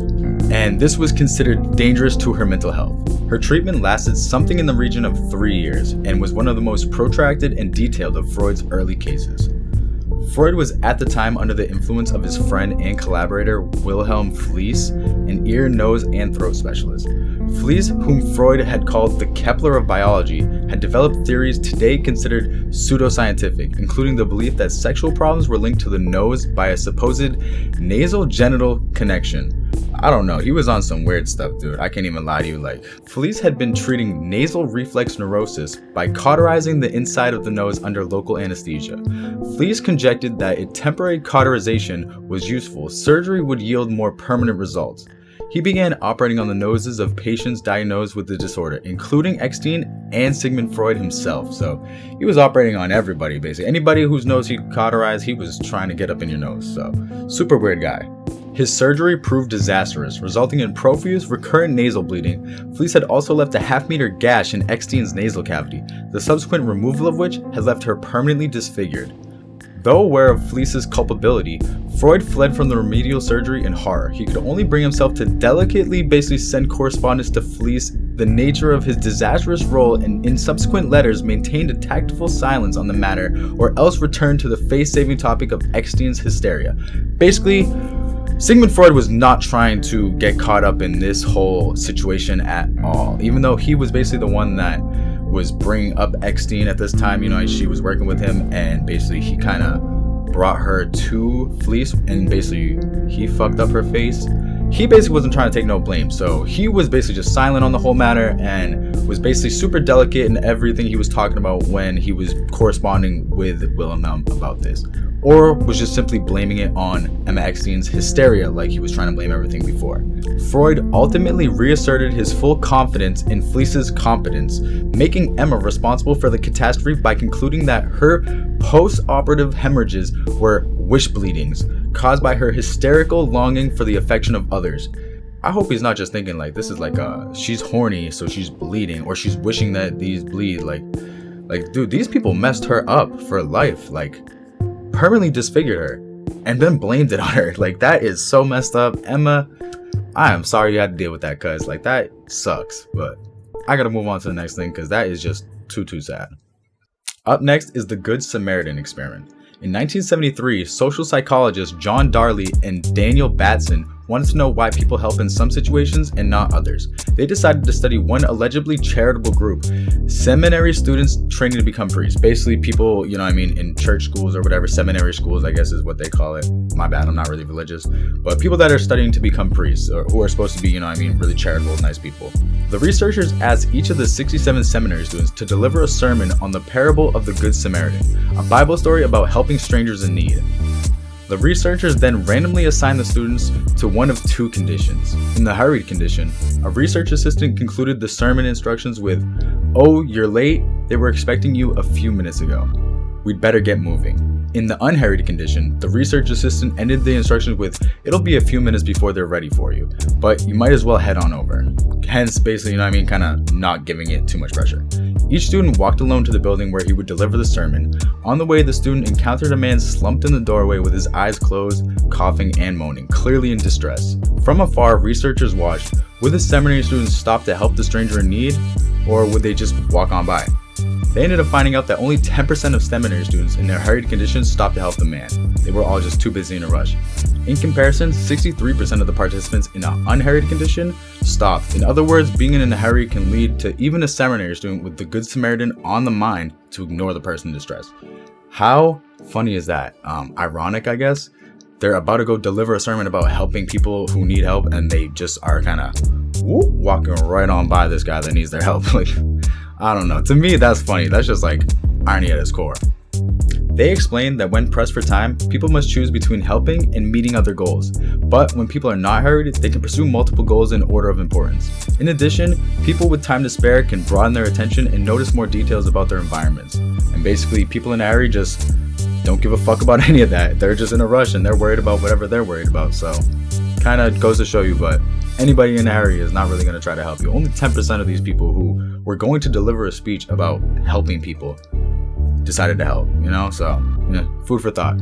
We're moving on to the fourth one. Up next is the Robbers Cave Experiment. The Robbers Cave Experiment was a part of a series of studies conducted by social psychologist Muzaffar Sharif and his colleagues in the 1940s and 50s. In these studies, Sharif looked at how groups of boys at summer camps interacted with a rival group. He hypothesized that when two groups have conflicting aims, their members will become hostile to each other, even though the groups are composed of normal, well-adjusted individuals, basically just groups at odds. The participants in the study, boys who were approximately 11 to 12 years old, thought that they were participating in a typical summer camp, which took place at Robbers Cave State Park in Oklahoma, United States in 1954. However, the campers' parents knew that their children were actually participating in a research study, as Sharif and his colleagues had gathered extensive information on the participants, such as school records and personality test results. So honestly, this makes me wonder if these parents got paid for this at all. I mean, I'm assuming they probably should have, but who knows? This is back in the 40s and 50s. The boys arrived at the camp in two separate groups. For the first part of the study, they spent time with members of their own group without knowing that the other group even existed. The groups chose names, the Eagles and the Rattlers, and each group developed their own group norms and group hierarchies. After a short period of time, the boys became aware that there was another group at the camp, and upon learning that the other group of campers spoke negatively about their group, basically, they were kind of just plotting on them, saying like, oh, like this group is talking shit about you, these guys are talking smack about you. At this point, the researchers began the next phase of the study, a competitive tournament. Basically, this was between the groups consisting of games such as baseball and tug of war, for which the winners would receive prizes and a trophy at the end. After the Eagles and Rattlers began competing in the tournament, the relationship between the two groups quickly became intense, alright? Like, you could feel it in the air, apparently, there, you know what I mean? The groups began trading insults, and the conflict quickly spiraled. The teams each burned the other group's team flag and raided the other group's cabin. Like, they were forcing it at this point. Straight up some Camp Laszlo stuff. The researchers also found that the group hostilities were apparent on surveys distributed to the campers. Campers were asked to rate their own team and the other team on positive and negative traits, and the campers rated their own group more positively than the rival group. I feel like that's kind of obvious, but during this time, the researchers also noticed a change within the groups as well. The groups became more cohesive, basically, between themselves, not with each other. To determine the factors that could reduce group conflict, the researchers first brought the campers together for fun activities such as having a meal or watching a movie together. However, this didn't work to reduce the conflict. For example, meals ended up turning into food fights and movies were just constantly harassing each other. Next, Sharif and his colleagues tried having the two groups work on what psychologists call superordained goals, or goals that both groups cared about which they had to work together to achieve. For example, the camp's water supply was shut off, which was a ploy by researchers to force the two groups to interact, and the Eagles and Rattlers worked together to fix the problem. In another instance, a truck bringing the campers food wouldn't start. Again, this was another incident staged by the researchers, so members of both groups pulled on a rope to pull the broken truck. These activities didn't immediately repair the relationships between the two groups. At first, the Rattlers and Eagles resumed hostilities just after they finished the goal, but working on these goals basically took some time, and by the end of the trip, they were kind of all working together. The groups ended up stopping calling each other names, and perceptions of each group, as measured by the researcher surveys, improved, and friendships even began to form within members of each other's groups. So everything's starting to come together. By the end of the camp, some of the campers requested that everyone from both groups take the bus home together. One group even bought bevs for the other group, basically. You know what I mean? They all bought drinks for the other ones on the ride home. So everything ended up working out for them in the end, and it took an entire summer, basically, to form this relationship of kids, make them have beef, and then make them get over it and make them be friends. But whatever, if researchers got what they want. I want to know how much the parents got paid for this, to be honest with you, because I am not buying that they didn't get paid. But anyways, moving on to the last one for this tier 2, or part 4, whatever you want to call it. But moving on to the last entry for this. And last up for this tier, we're ending with the Bobo doll experiment. Now, the Bobo doll experiment was a study on aggression led by psychologist Albert Bandura that demonstrated that children are able to learn through the observation of adult behavior. The experiment was executed via a team of researchers who physically and verbally abused an inflatable doll in front of their preschool-aged children, which led the children to later mimic the behavior of the adults by attacking the doll in the exact same fashion. Bandura's study on aggression, the experiment for which he is perhaps best known, was carried out in 1961 at Stanford University. I don't know what's good with Stanford University, but if you've noticed a trend on this entire iceberg that I've been doing, there's like 5 or 6 that have been going down at Stanford University. They pull some really weird, seedy shit just for research, but I guess we gotta learn some way, but I don't know. I always got a little side eye when I see Stanford University. For this study, he used a 3-foot and a 5-foot, or a 1 meter and a 1.5 meter inflatable plastic toys called Bobo dolls, which were painted to look like cartoon clowns and were bottom weighted so that they would return to an upright position when knocked down. I definitely remember having one of these, for sure. Multiples, probably. The subjects were preschoolers at Stanford's nursery school and were divided into 3 groups. One group observed aggressive adult behavior models, another group observed non-aggressive behavior models, and the third group was not exposed to any behavior models at all, so they were just kind of like free-ranging it, free-balling it. The 3 groups were then divided by gender into 6 subgroups, in which half the subgroups were observed a same-sex behavior model and half would observe an opposite-sex behavior model. So, in the first stage of the experiment, the children were individually seated at the table in one corner of an experimental room and presented with diverting activities that had previously been shown to be of high interest to the children. And these were all in order to discourage active participation and encourage mere observation. So they didn't want these kids basically joining in on whatever the adults were doing. They just wanted them to be paying attention to them in some cases, you know what I mean? The behavior model was then taken to the opposite corner, which contained another table and chair, a mallet, a Tinker toy set, and a 5-foot Bobo doll, and was told he or she could play with these materials. In the aggressive behavior model groups, the model abused the Bobo doll both physically and verbally assaulting and making terrible statements to it, or non-aggressive statements such as, he sure is a tough fella and he keeps coming back for more, like, you know what I mean, when they would pop back up. So just really encouraging this whole aggressive behavior kind of thing, like, oh, like this guy wants it, you know what I mean, like being really weird about it. In the non-aggressive behavior model groups, the model ignored the Bobo doll and instead quietly assembled the Tinker Toys. Now, after 10 minutes had passed, the behavior models in both groups just get up and leave the room. In the second phase of the experiment, the children were taken individually into a different experimental room where they were presented with a new group of appealing toys, basically just anything you can think of: trains, fire engines, cars, dolls with like clothes and everything, baby cribs, whatever you could think of. And this was all to test the hypothesis that the observation of aggression in others would increase the likelihood of aggression in the observer.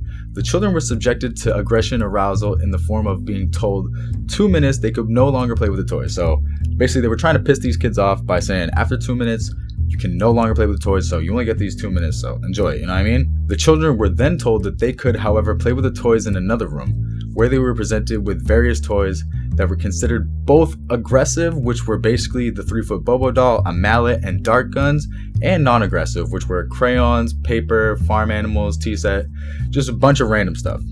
And basically they had to choose.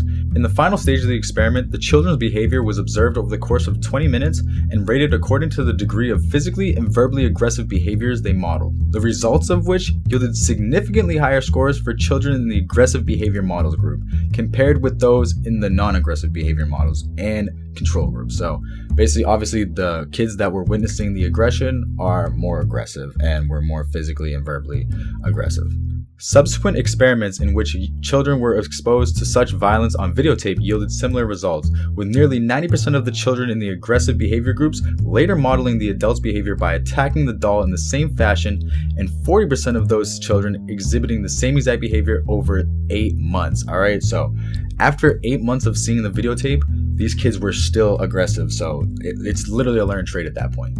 Now, although the study yielded similar results for both genders, it nonetheless suggested at least some difference depending on the degree to which a behavior is sex type that is viewed as more common or appropriate for a specific gender.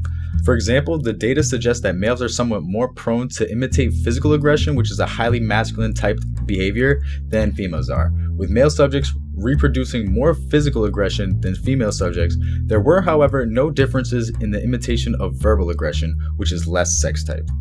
Additionally, both male and female subjects were more imitative of male behavior models when it comes to physical aggression, but were more imitative of the same-sex models in terms of verbal aggression, which is basically just saying that they were more so copying the males when it came to physical aggression, and it didn't really matter the gender or whatever sex in the verbal aggression. Either way, they were copying it. So that's all I got for that. Starting off part 5 is the monster study. The monster study was conducted by Dr. Wendell Johnson, who was a speech pathologist, to learn about why children develop the stutter. Johnson developed the monster study to see if stuttering was a result of a learned behavior or biology. However, there were many ethical problems with this study. Dr. Johnson conducted the monster study back in 1936 at the University of Iowa, and ethics were not prioritized as they are now in psychology and other scientific experiments. And yeah, basically, if they tried to do this experiment today, they probably would have been stopped before they even tried, because you'll end up seeing why. Johnson chose 22 orphans as participants for the monster study. Some of the orphans had a stutter, and it's not uncommon for young children to have a stutter and then naturally just get over it as they age. And some of these orphans didn't even have a stutter to begin with. The orphans were split up into 2 groups with the stutterers and non-stutterers in both groups. One of these groups were labeled as normal speakers, and the others were labeled as stutterers. Throughout the course of the experiment, the children were treated as such, basically. Both of the groups had both stutterers and non-stutterers, but one whole group was just labeled stutterers and the other one were just labeled normal speaking. And they were just treated like this regardless if they were stuttering or if they were just speaking normal. This whole thing's got me stuttering now, dude. Damn. Johnson's team met with the children every few weeks for 5 months to evaluate their speech.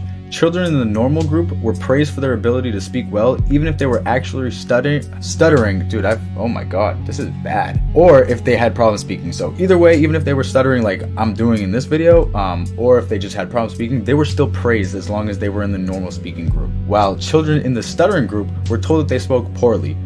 Either way, even if they were stuttering or if they were speaking well and without a stutter, they were still told that basically they were speaking poorly, and they were told that you must try to stop yourself immediately. Don't ever speak unless you can do it right. This is what the doctors are telling them. The children who were labeled normal weren't affected much by the researchers' praise. They only saw improvement in one child. However, children in the stuttering group fared a lot worse. Remember that most of these children didn't even actually have a stutter, they were just told that they had a stutter. And of the 6 children that were falsely chastised for their speech, 5 ended up developing speech problems later in life, and reports show that these children became withdrawn and some stopped speaking altogether. These children were as young as 5 years old at the time too, so you gotta think, this is kindergartners, first graders. I'm not sure what age around the globe people end up going to kindergarten, first grade, but it's around that age, and they're just being absolutely yelled at, chastised, exactly, like basically degraded for speaking well, or speaking with a stutter, even if they actually didn't have a stutter, to the point where 5 of the 6 kids that didn't have a stutter ended up developing some sort of speech problem. The study was created with good intentions. Johnson and his colleagues at the University of Iowa frequently conducted studies on themselves and willing adult subjects in the name of finding a cure for stuttering. But other colleagues worried that the use of orphans was crossing the line. And I agree. Johnson wasn't the only person conducting studies on marginalized groups in the name of science. In fact, the Nazis were doing the same thing over in Germany, so the results of the study were actually never published. And you gotta think, basically, at the time, exactly, who's also doing some messed up stuff at this time? Hitler and the Nazis. So, like, do you really want to be getting compared to this? I don't know. Personally, no, not at all. But this guy clearly was like, dude, listen, I'm working on these orphans regardless. So, I don't know, man. I don't think Johnson's a good guy at all. So, what was the impact of the monster study? Even in the 1930s, the monster study was crossing lines. Using orphans as test subjects is one thing, but using minors in a study without their consent is another. Even the staff at the orphanage were unaware of what was really going on. This left many of the stutterers with unresolved psychological trauma, basically that persisted throughout their lives. Researchers knew that this was a possibility.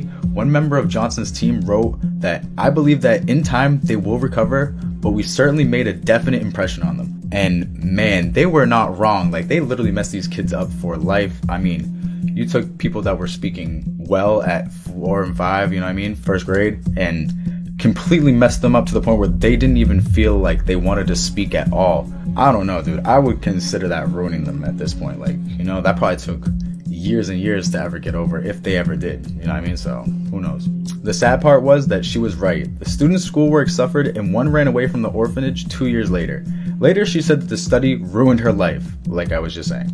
Subjects didn't know that they were actually part of a study until 60 years after it happened. Only a handful of speech pathology students at the University of Iowa learned about the study after it was published. The information was useful. No one at the time had collected so much data about stuttering and how it developed. But the premise of the study was so horrifying that they nicknamed it the Monster Study. And I think it deserves that name, to be honest. The subjects ended up seeking justice. In the early 2000s, 3 of the subjects in the stutterer group sued the University of Iowa for emotional distress and fraudulent misrepresentation. The estates of 3 other stutterers were also included in the lawsuit. The plaintiffs claimed that the impact of the study had a lasting impact. One still hates to talk, another who says that she now has a good life, said that she didn't have many friends in the orphanage, partly because she was so quiet. And they ended up winning their settlement, which, thank God they ended up winning that, dude. These people got their lives ruined, so I'm hoping that they won. The University of Iowa paid over $1 million to the victims and their estates, which realistically, for ruining maybe 6 people's lives, $1 million, bro, probably does not cover that. Let's be real. They didn't even find out that they were part of this for 60 more years, so I don't know. You think that's worth it?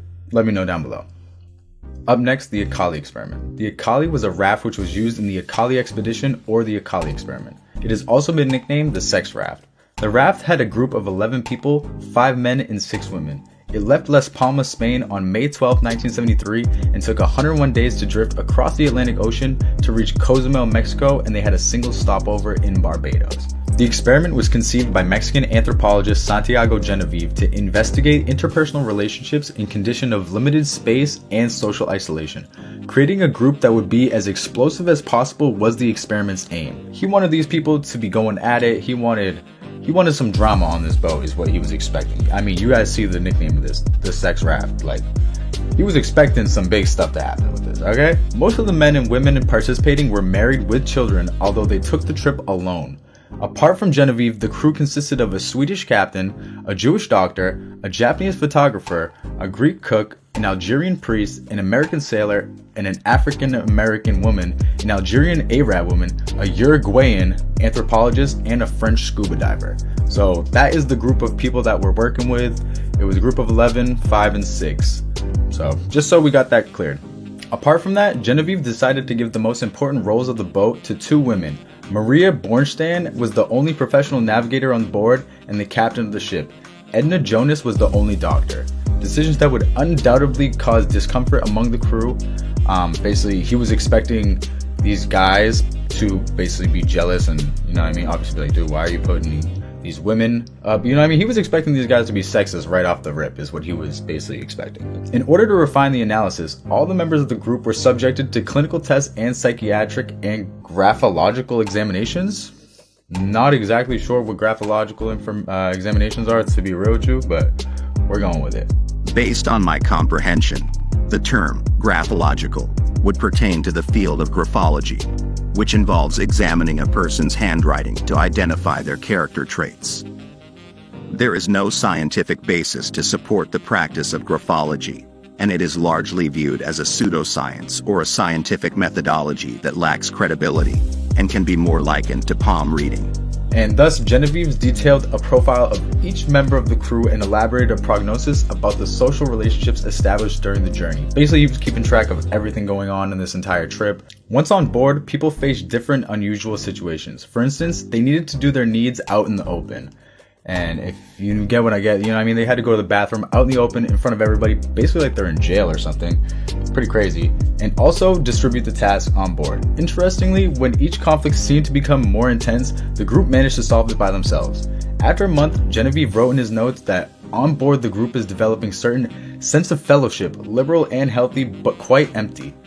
That was his exact notes of what he wrote down in his little journal, diary, whatever you want to call it. There was even a time when the crew concluded that Genevieve was their biggest problem, as they had developed strategies to continuously unleash the conflict on the ship. Basically, they were kind of realizing that this dude was creating all their problems and basically just being a pain in the ass for everybody. Everybody else was seeming to get along fine and was able to resolve whatever issues were coming up, except they realized that Genevieve kind of constantly was just bringing up more problems for them. So, you know what I mean? Now they're kind of all like, dude, I am not messing with this guy at all. And I don't blame them. Now, one big milestone that did happen was when one of the Acali's rubber blades came loose, and despite the danger posed by the sharks in that part of the ocean, Genevieve intervened to inspect the damage. Suddenly, everyone knew exactly what they had to do, and so they ended up solving the problem pretty quickly. The anthropologist's question was then posed in a written form. Are life-threatening situations necessary for the crew to develop team spirit? Basically, his biggest question was, oh, do these people's lives need to be in danger for them to end up coming together as a group? Which, if you're paying attention, it doesn't, because they were already kind of getting along and resolving their problems fine, and he just kept on bringing up random problems for them. So, I don't know. I think this guy's just like a major narcissist and wants to think like, oh, like, dude, like, you know what I mean? Like, how can I make these people become better? But at the same time, he's like kind of just fucking them over. Well, I don't know.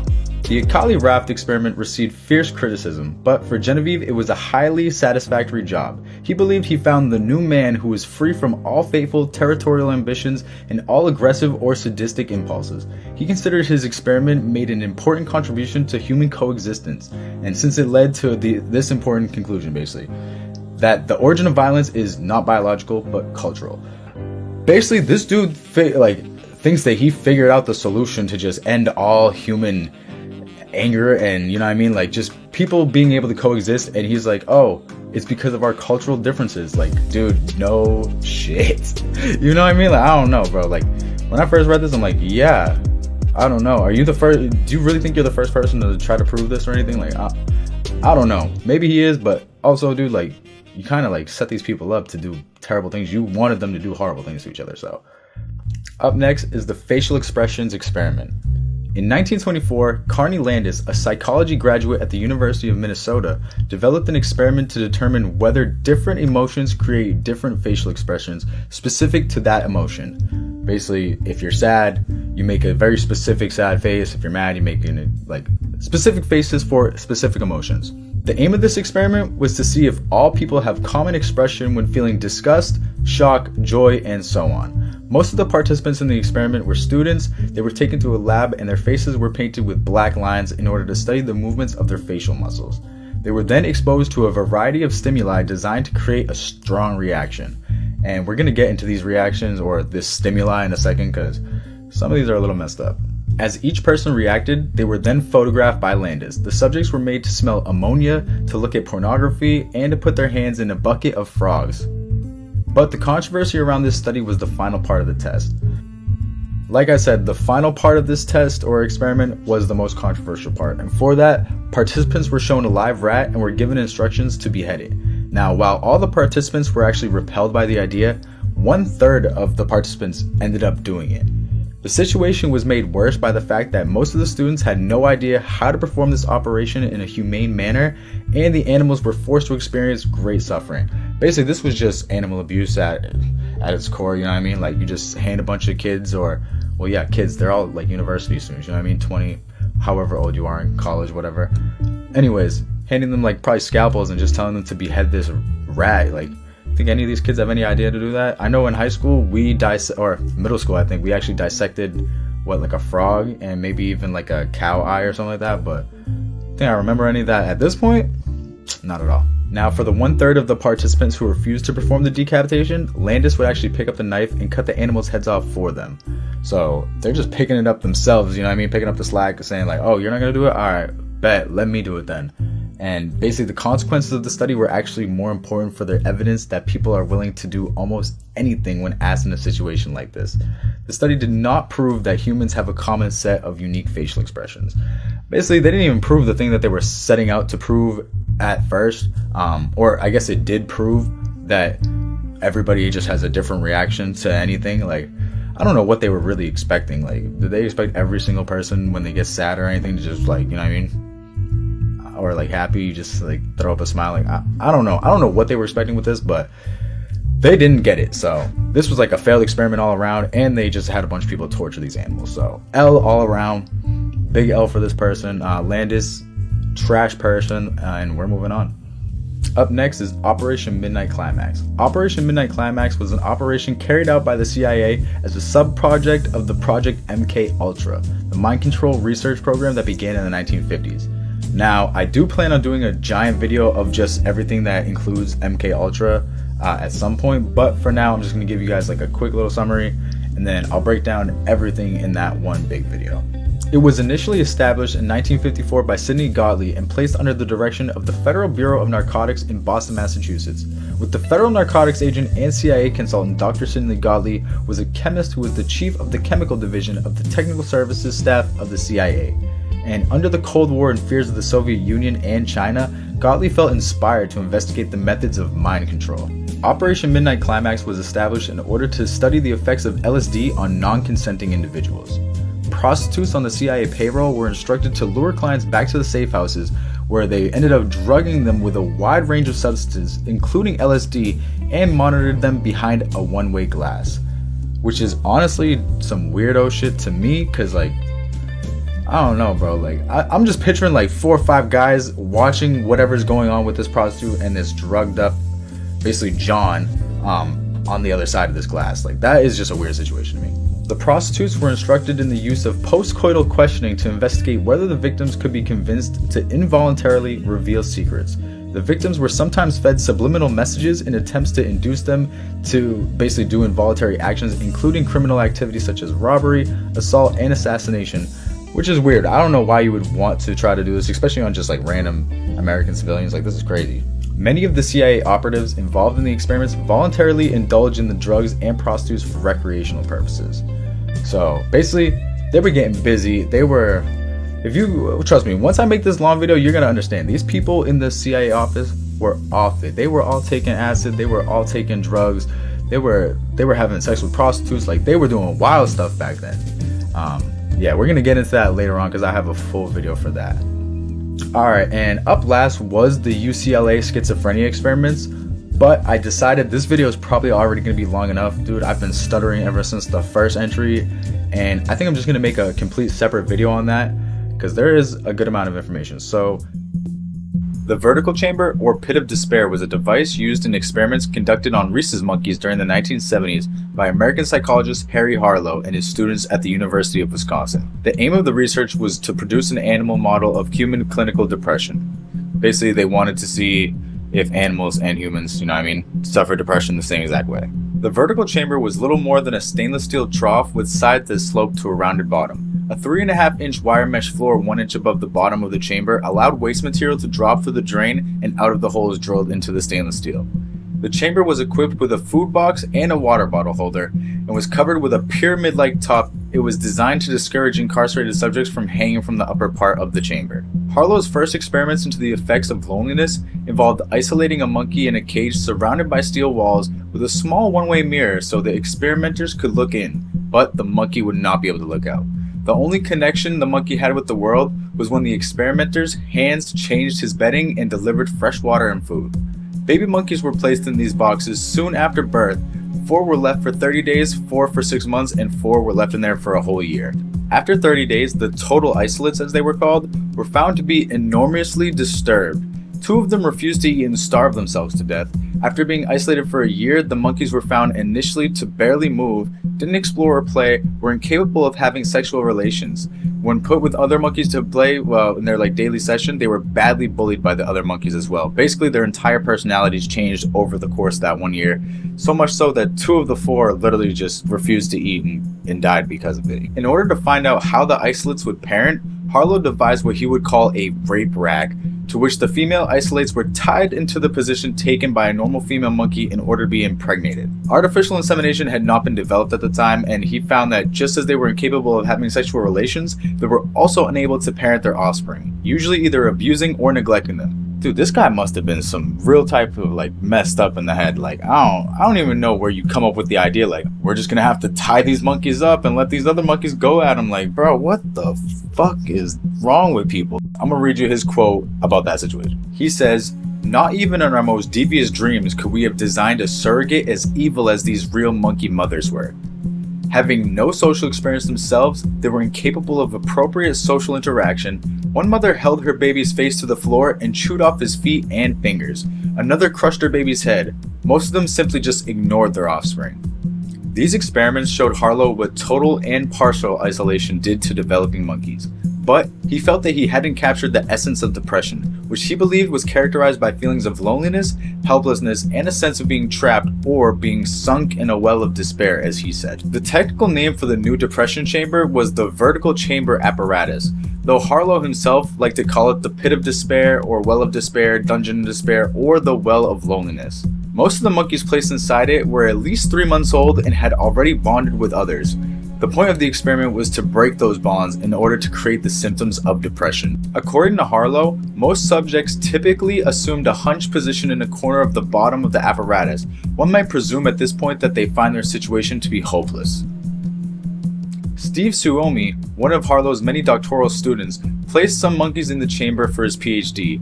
He wrote that he could find no monkey who had any defense against it. Even the happiest monkeys came out damaged. He concluded that even a happy, normal childhood was no defense against depression. The experiments delivered what Deborah Bloom has called common sense results, that monkeys, very social animals in nature, when placed in isolation, emerge badly damaged, and that some don't recover and some just do. Gene Psaki of the University of Washington in Seattle and another of Harlow's doctoral students who went on to conduct additional deprivation studies told Bloom that in his view, the animal liberation movement in the US was born as a result of Harlow's experiments. But William Mason, another of Harlow's students who also continued deprivation experiments after leaving Wisconsin, told Bloom that Harlow kept this going to the point where it was clear to many people that the work was really violating ordinary sensibilities, that anybody with respect for life or people would find this offensive. It's as if he sat down and said, "I'm only going to be around another 10 years. What I'd like to do is leave a great big mess behind." If that was his aim, then he did a perfect job. And that was words from William. So I think he's right, dude. That guy was messed up and he just wanted to leave a big mess. But anyways, moving on to the next one. Lauretta Bender was an American child neuropsychiatrist known for developing the Bender-Gisalt test, a psychological test designed to evaluate visual motor maturation in children. First published by Bender in 1938, the test became widely used for assessing children's neurological function and screening for developmental disorders. She performed research in the areas of autism spectrum disorders in children, suicide, and violence, and was one of the first researchers to suggest that mental disorders in children might have a neurological basis rather than attributing them to the child's bad behavior or poor upbringing. Because she was not trained as a psychologist, but rather as a medical doctor and psychiatrist, most of her work focused on diagnosing mental disorders in children. She also served as the head of the Children's Psychiatric Services at Bellevue Hospital for 21 years starting in 1934. In 1954, she testified at the Senate Subcommittee of Juvenile Delinquency hearings on the effects of crime and horror comic books as a medical expert for National Comics, which is now DC Comics, with a job as an advisor for the company. While conducting her research, Bender implemented several experimental procedures, and she used many therapeutic methods. Some of these experiments and therapies, as well as her diagnosis, may be considered inaccurate and unethical by today's standards. However, the zeitgeist of the times was much different than that of today, and many of the procedures used by Bender were also being used by others around the same exact time. During the 1930s and the 1950s, when Bender was working at Bellevue Hospital, there was little knowledge in the realm of mental disorders. Many childhood psychiatric disorders were attributed to bad behavior or unsatisfactory upbringing. Bender was one of the first to propose that there was something neurologically impaired with these children. Bender diagnosed many children with childhood schizophrenia and sought to treat these patients. It is important to note that with more knowledge, clinicians today would most likely diagnose these children with developmental or behavioral disorders, not neurological disorders. In an attempt to treat those patients diagnosed with childhood schizophrenia, Bender employed electroconvulsive therapy, or ECT, after finding that the practice was successful in other applications. ECT was used in an experiment in Paris on children and adolescents in the 1940s and showed positive results. In 1947, Bender conducted ECT on 98 children diagnosed with schizophrenia under the age of 12, although only a few of the patients were considered to be in remission of schizophrenia. Bender considered the treatment overall beneficial to all but 2 or 3 of the patients. Bender considered art as an effective way to diagnose childhood disorders. She employed this technique to better understand the psyche of a child. A child's artwork was a medium in which a child could express their anxieties and aggression and allowed the clinician to gain insight into the child's mind. This belief was supported by several case studies, one of which was a study of a 6-year-old African-American female who was abandoned by her parents and later sent to Bellevue Hospital in 1943. The child expressed many feelings and past experiences in her artwork. Later, it was revealed through her art that she had been sexually abused before she was abandoned. After extensive art, talk, and dream interpretation sessions, the child was placed into a foster home and was considered to make an impressive recovery. In another study, the body image of schizophrenic children following electroshock therapy, Bender incorporated ECT and a child's self-image. This study used 15 schizophrenic children over the age of 6. The children were asked to draw portraits of themselves before ECT, immediately after ECT, and 15 minutes after ECT. The children were exposed to ECT every day for a mean total of 20 treatments. After each treatment, the patients completed the visual motor Gesalt performance test. Patients were followed up after the treatments have ended, and it was observed that the children became more anxious after the treatments had ended. And this was reflected in their drawings, which became more primitive after each ECT treatment. Verbal body image distortions also occurred well after the ECT treatments for that day. Basically, that did not help them at all. They got even more anxious. In an attempt to alleviate schizophrenic symptoms in children, Bender also used lysergic acid dimethylide, or LSD, and many psychiatrists at this time were experimenting with LSD as a way to treat schizophrenia, as there was no psychotropic medications invented at this point in time. Another example of controversial treatments for schizophrenia during the same time was called insulin shock and metrazole treatments. Patients were given large amounts of insulin in order to induce insulin shock, then giving metrazole in order to induce epileptic seizures, basically. The use of ECT in psychiatric treatment became less and less after the invention of psychotropic medications basically became a thing, which is good, because I don't know how much people would like to be getting shocked nowadays. So we're also going to go over the Bender-Gesalt test. This test began as being called the Visual Motor Gesalt test and was published in 1938. The basis of this test is that the world as a whole and what we perceive it are made up of many smaller parts that are not immediately recognized when experiencing the entire thing altogether. The test was developed by Bender to evaluate maturation of children aged 4 to 11 and measured how children responded to the stimuli as a whole. The principles measured in this test are vortical movement, biology determined in optic field, giving rises to the most primitive visually perceived forms such as circles and loops. The next part of this test that comes up is movement. Always present is directional, clockwise or counterclockwise, or on a horizontal plane. Dextrad or syntrad. By controlling and inhibiting this action pattern, globes, circles, and arcs are constructed. This organizes the visual field into foreground and background. Boundaries between objects are delineated. Verticalization arises concurrent with body image maturation as the postural marginal shifts an infant to prone to the upright position, cross lines, diagonal or slanted relations, and angle formations at a later level of maturation, usually occurring at about 6 to 8 years of age. Bender believed that the lower age or more primitive abilities were signs of childhood schizophrenia, brain damage, or learning disabilities. All that jumble of whatever I just said, it was all just basically a test to see if you had any type of mental disabilities, schizophrenia, or anything while you were still young, so they could try to treat you or do whatever they were going to do with you. Anyways, that just kind of broke my brain at the end right there, so we're going to the next part. The monkey drug trials.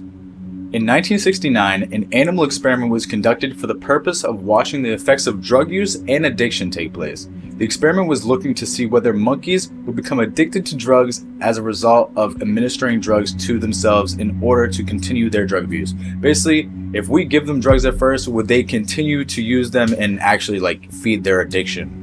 If that makes any sense. First, the monkeys were injected with cocaine, morphine, and amphetamines, and after, researchers began observing their behavior.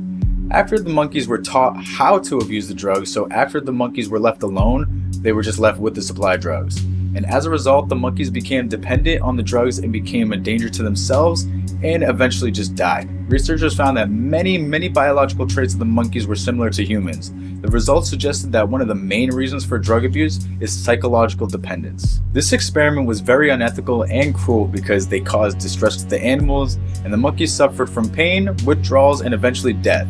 The monkey trials also lacked ecological validity because the animals did not have the capability of using drugs in the outside world unless they are trained on how to do so by people. The experiments are also non-beneficial because other than finding out that human behavior in monkeys with drug abuse is similar, it does not justify basically us making these animals into drug addicts, if that makes sense. All that to say that those people were scumbags, and I forget what iceberg I did before, but there's an entire island where a bunch of researchers, I'm not sure, I doubt it's the same exact ones, but they actually sent the monkeys from certain drug trials to this island, and they're basically super violent, they're very territorial. I mean, they still can't get drugs nowadays, but yeah, they basically left them on an old island. If I can find out which episode, I'll kind of link it right here, but anyways, we're on to the last part of this tier. Mouse Utopia. Officially, the colony was called the Morality Inhibiting Environment for Mice. Unofficially, it was called Mouse Heaven. Biologist John Calhoun built the colony at the National Institute of Mental Health in Maryland in 1968. It's a large pen, 4.5 foot cube with everything a mouse could ever desire. A bunch of food and water, a perfect climate, reams of paper to make a bunch of nests, 256 different apartments accessible by mesh tubes bolted to the walls. Calhoun also screened the mice to eliminate disease. Free from predators and other worries, a mouse could theoretically live to an extraordinarily old age in there without a single worry. But the thing is, this wasn't Calhoun's first rodent utopia. This was the 25th iteration, and by this point he knew how quickly Mouse Heaven deteriorates into Mouse Hell. After earning his PhD in zoology, he joined the Rodent Ecology Project in Baltimore in 1946, whose purpose was to eliminate rodent pests in cities. The project had limited success, partly because no one could figure out what aspects of rodent behavior, lifestyle, or biology to target. Calhoun set up his first utopia involving Norway rats in the woods behind his house to monitor rodents over time and figure out what factors drove their population growth. Eventually, Calhoun grew fascinated with the rodent behavior for its own sake and began crafting ever more elaborate and carefully controlled environments. It wasn't just the behavior of the rats that interested him. Architects and civil engineers at the time were having vigorous debates on how to build better cities, and Calhoun imagined urban design might be studied in rodents first and then extrapolated into human beings, basically our society. Calhoun's most famous utopia, number 25, began in July 1968, where he introduced 8 albino mice into the 4.5 foot cube. Following an adjustment period, the first pups were born 3.5 months later, and the population doubled every 55 days afterwards. Eventually, this torrid growth slowed, but the population continued to climb, peaking at 2,200 mice during the 19th month. Those mice were fucking. The robust growth masked some serious problems, however. In the wild, infant mortality among mice was high, as most juveniles got eaten by predators or perished from diseases or the cold. In Mouse Utopia, juveniles rarely died. As a result, there were far more youngsters than normal, which introduced several difficulties. Rodents have social hierarchies, with dominant alpha males controlling harems of females. Alphas also establish dominance by fighting, wrestling, and biting any challengers. Normally, a mouse that loses a fight would scurry off into some distant place and start over again. But in Mouse Utopia, the losing mice couldn't escape. Calhoun called them dropouts, and because so few juveniles died, huge hordes of dropouts would gather in the center of the pen. They were full of cuts and ugly scars, and ever so often, huge brawls would break out. Vicious free-for-alls, all biting and clawing, and served no obvious purpose. It was just senseless violence. In earlier utopias involving rats, some dropouts turned to cannibalism, basically started eating each other. Alpha males struggled too. They kept their harems in private apartments, which they had to defend from challengers. But given how many mice survived to adulthood, there were always a dozen hotshots ready to fight. The alphas soon grew exhausted, and some stopped defending their apartments altogether. As a result, apartments with nursing females were regularly invaded by rogue males. The mothers fought back, but often to the detriment of their young. Many stressed out mothers booted their pups from the nest early before the pups were even ready. A few even attacked their own young amid the violence and abandoned them while fleeing to different apartments, leaving the pups to die of neglect, basically. Eventually, more deviant behavior emerged. Mice who had been raised improperly or kicked out of the nest early often failed to develop healthy social bonds, and therefore struggled in adulthood with social interactions. Females began isolating themselves like hermits in empty apartments. Unusual behavior among mice, male-adjusted males, meanwhile, took to grooming all day, preening and licking themselves hour after hour. Calhoun called them the beautiful ones, and yet even their obsession over their appearances, these males had zero interest in courting females, zero interest in sex in general. Intriguingly, Calhoun noticed that in earlier utopias that such male-adjusted behavior could spread like a contagion from mouse to mouse. He dubbed this phenomenon the behavioral sink. Between the lack of sex, which lowered the birth rates, and the inability to raise pups properly, which sharply increased infant mortality, the population of Utopia 25 began to plummet. By the 21st month, newborn pups rarely survived more than a few days. Soon, new births stopped altogether. Older mice lingered for a while, hiding like hermits or grooming all day, but eventually they died out as well. By spring 1973, less than 5 years after the experiment started, the population had crashed from 2,200 mice to zero. Mouse heaven had gone extinct. Utopia 25 ended half a century ago, but it continues to fascinate people today, especially as the gloomy metaphor for human society. Calhoun actively encouraged such speculation, once writing, "I shall largely speak of mice, but my thoughts are on man." As early as 1968, journalist Tom Wolfe titled an essay about New York called "Old Rotten Gotham, Sliding Down into the Behavioral Sink." Oddly though, none of the prognosticators could agree on the main lesson of Utopia 25. And also, down the rabbit hole, I forget the actual channel's name, I'm like terrible right now, but he made a good video on Utopia 25 and that whole backstory, so if I can, I'll try to link it down below somewhere, or if I can put a card in, I'll put it right up here. So, the experiments at Auschwitz. Nazi human experimentation was a series of medical experiments on prisoners by Nazi Germany in its concentration camps, mainly between 1942 and 1945. There was 15,754 documented victims, all of various nationalities and age groups, although the true number is supposed to be a lot higher, with basically only a quarter of documented victims killed. Basically, they're thinking that this number is a lot higher than this. Also, survivors generally experience severe permanent injuries, forever basically. At Auschwitz and other camps under the direction of Edward Wirths, selected inmates were subjected to various experiments that were designed to help German military personnel in combat situations, develop new weapons, aid in the recovery of military personnel who had been injured, and to advance the Nazi racial ideology and eugenics, mainly between these twin experiments that we're going to get to in a little bit. After the war, these crimes were tried at what became known as the doctors' trials, and revulsion at abuses perpetrated led to the development of the Nuremberg Code of Medical Ethics. The Nazi physicians in the doctor's trial argued that military necessity justified their experiments and compared to their victims' collateral damage from Allied bombings. Basically, they were trying to say that what they were doing wasn't that bad because basically the Allies were bombing them. So I don't know, weird way to justify it, especially when you're doing like some messed up shit that we're gonna get to in a second. Like, you're gonna hear it and you're gonna be like, dude, I don't know about all that. You're forcing it bad. So I'm only gonna briefly go over a few of these experiments. The blood coagulation experiments. Sigmund Rascher experimented with the effects of polygol, which is a substance made from beet and apple pectin, which aided in blood clotting. He predicted that the preventative use of polygol tablets would reduce bleeding from gunshot wounds sustained during combat or surgery. Subjects were given a polygol tablet, shot through the neck or chest, and had their limbs amputated without anesthesia. Like, what the hell? He thinks that, okay, this will stop a gunshot. So, like, let's just cut off all this guy's limbs without giving him any type of painkiller, any anesthesia, anything. And we'll just see if this works.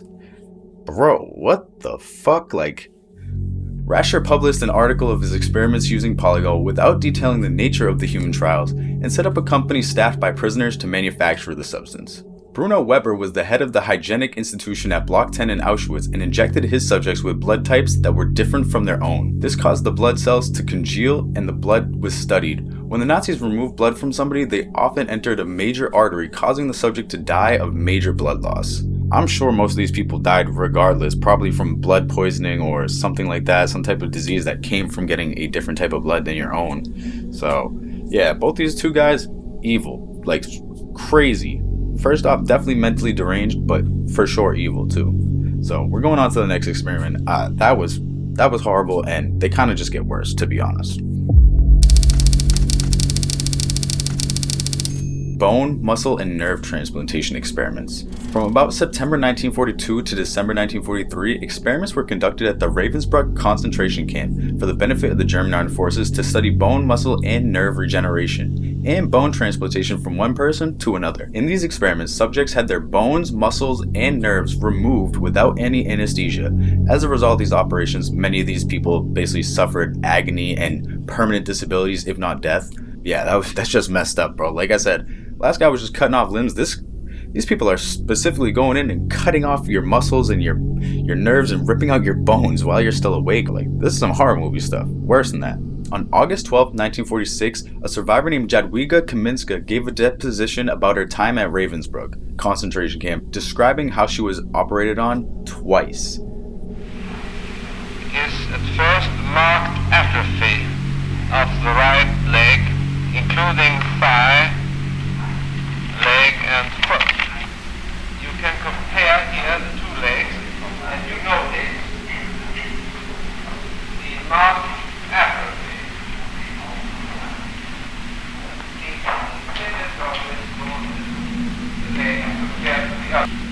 So bluish discoloration, indicating interference with circulation of the leg. Both operations involved one of her legs, and although she never described herself as having any knowledge as to what exactly the procedure was, she explained that both times she was in extreme pain and developed a fever post-surgery, but was given little to no aftercare. Kaminska described being told that she had been operated on simply because she was a young girl and a Polish patriot. She described how her leg oozed pus for months after the operations ended too. Prisoners were also experimented on by having their bone marrow injected with bacteria to study the effectiveness of new drugs being developed for the use in the battlefields. Those who survived remained permanently disfigured forever, obviously. And yeah, that is just horrible. Jadwiga went through that twice, like, not once. They grabbed her twice and said, yo, we're working on your legs. And I'm glad she survived. I bet the smile on her face when the Germans lost the war was something crazy. You feel me? Up next, probably the most infamous experiment, the experiments on twins. Headed by Joseph Mengele from 1943 to 1944, twin experiments were one particular interest, as one twin could serve as the subject and the other could serve as the control. This research also hoped to gain insight into how Germans could actually reproduce more twins. The experiments included amputating healthy limbs, deliberately infecting them with diseases such as typhus, blood transfusions from one twin to the other, and sewing twins together to create conjoined twins. Ava Moses Kaur, a survivor, also claimed that Mengele cross-transfused the bloods of opposite-sex twins to change their respective sexes, experimenting on twins' genitals and attempting to attach the urinary tract of a 7-year-old girl to her own colon. I don't really know exactly. I have some idea. because I have met with many of the twins, that they were different experiments. Not all the experiments were the same. But we were used in experiment 6 days a week. Part of it was physical study of twins, naked, measurements, comparisons, to see how we were alike, how we were different, and how close we were to the Aryan race. Most twins died during these procedures, and if one survived, they would be killed and dissected for comparative post-mortem reports. However, some were killed without experimental purpose, with 14 twins having their hearts injected with chloroform in one single night. Out of the 1,500 twins subjected to these experiments, only 200 of them actually survived. Now, there are also a bunch more experiments done during this time, including freezing experiments, high altitude experiments, seawater experiments, sterilization and fertility experiments, formaldehyde experiments, and experiments on homosexuals. And basically, they had these malaria experiments where they actually would have these healthy inmates put their hands and arms into these cages filled with malaria-carrying mosquitoes. And upon contracting the disease, they were treated with synthetic drugs at doses ranging from high doses to lethal doses. That is basically all the experiments that were going on in Nazi Germany. Like I said, I didn't break down all of them because I just rattled off like another 7 right at the end. That would be a whole nother video in itself. But yeah, these people were fucking evil, bro. Glad they're gone, cuz I mean, hey, you know how it today is, so maybe they're not all gone. But anyways, moving on to the next one. Project QKHILLTOP. In 1954, the CIA developed an experiment called Project QKHILLTOP to study Chinese brainwashing techniques, which they were used for developing new methods of interrogation. Leading the research was Dr. Harold Wolff of Cornell Medical University. After requesting that the CIA provide him with information on imprisonment, deprivation, humiliation, torture, brainwashing, hypnosis, and more, Wolff's research team began to formulate a plan through which they would develop secret drugs and various brain-damaging procedures according to a letter that he wrote in order to fully test the effects of the harmful research. Wolff expected the CIA to make available suitable subjects. Most of the early studies are believed to have been performed by the Cornell University Medical School's Human Ecology Study programs under the direction of Dr. Harold Wolff himself. Wolff's request that the CIA provide him with any information they could find regarding threats, coercion, imprisonment, deprivation, humiliation, torture, brainwashing, black psychiatry, hypnosis, or any combination of these with or without chemical agents. According to Wolff, the research team would then assemble, colgate, analyze, and assimilate this information and will then undertake experimental investigations designed to develop new techniques of offensive and defensive intelligence use. Potentially useful secret drugs and various brain-damaging procedures will be similarly tested in order to ascertain the fundamental effect on human brain function and upon the subject's mood. Where any of the studies involve a potential harm of the subject, we expect the agency to make available suitable subjects in a proper place for the performance of the necessary experiments. If you don't know what that just said, he basically is saying like, yo, I need some people that if this goes horribly bad, we're not going to get in trouble for fucking these people over or maybe even causing their death or permanent injuries or anything. Like, they wanted some people like that they could test on. People that the CIA wouldn't even care if they did anything to. Alright, so for the brainwashing techniques, there's a couple steps. Up first is assault the identity. You are not who you think you are. Systematic attacks on somebody's sense of self. You are not a person. You are not a man. Under constant attacks for days, weeks, or even months. Up next is guilt. Making a person feel bad, attacking constantly of sin. Example, you're an evil person. Number 3 is self-betrayal, agreeing that you are bad or not good. Once in guilt, an agent forces them through physical or mental harm, basically having them think that their family is doing bad and stuff like that. You know what I mean? Like, just reassuring them, like, you are trash, you are nothing, you are not a man, you are bad, like constantly breaking these people down emotionally and physically. The next step is breaking point. The questions of, am I really me? Where am I? Who am I? Undergo emotional breakdown. At this point, the agent makes or tries to convert them to another belief system that will save him. His sense of self is up to the agent. They don't know anything about themselves, basically. That's kind of the point that they're trying to get these people to, you know what I mean? Basically break them down. And that's basically what most of that was that they were just trying to use these weird techniques.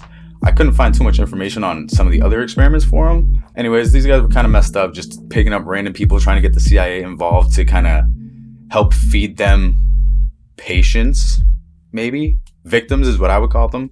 That would be suitable for these experiments. And yeah, The Aversion Project was a medical torture program in South Africa led by Dr. Aubrey Levin during apartheid. Now, apartheid being a policy or system of segregation or discrimination on grounds of race, mainly known for in South Africa. The project identified gay soldiers and conscripts who used drugs in the South African Defense Forces, or SADF. Victims were forced to submit to curing their homosexuality because the SADF considered homosexuality to be subversive, and those who were homosexual were actually subject to punishment. Under apartheid, there was a dual policy on the homosexuality in the South African military. Permanent members of the military were prohibited from being homosexual, while it was allowed for conscripts. Officials believed that completely banning homosexuality from the military would give a specific group of individuals, young white South African men, a convenient way to avoid serving in the military. That's kind of hilarious that they just assume like, oh, these young white guys in South Africa, if we say that they're gay and they can't join the military, they're just all gonna do it. Like, what the fuck? However, with the supposed toleration of homosexuality came forced therapy, such as compulsive shock therapy, castration, and other forms of therapy, which were said to significantly violate basic human rights. Between 1971 and 1989, victims were subjected to chemical castration and electrical shock treatment to basically try to cure their homosexuality. This was a trend at the time supported by a psychiatrist who believed homosexuals were mentally ill.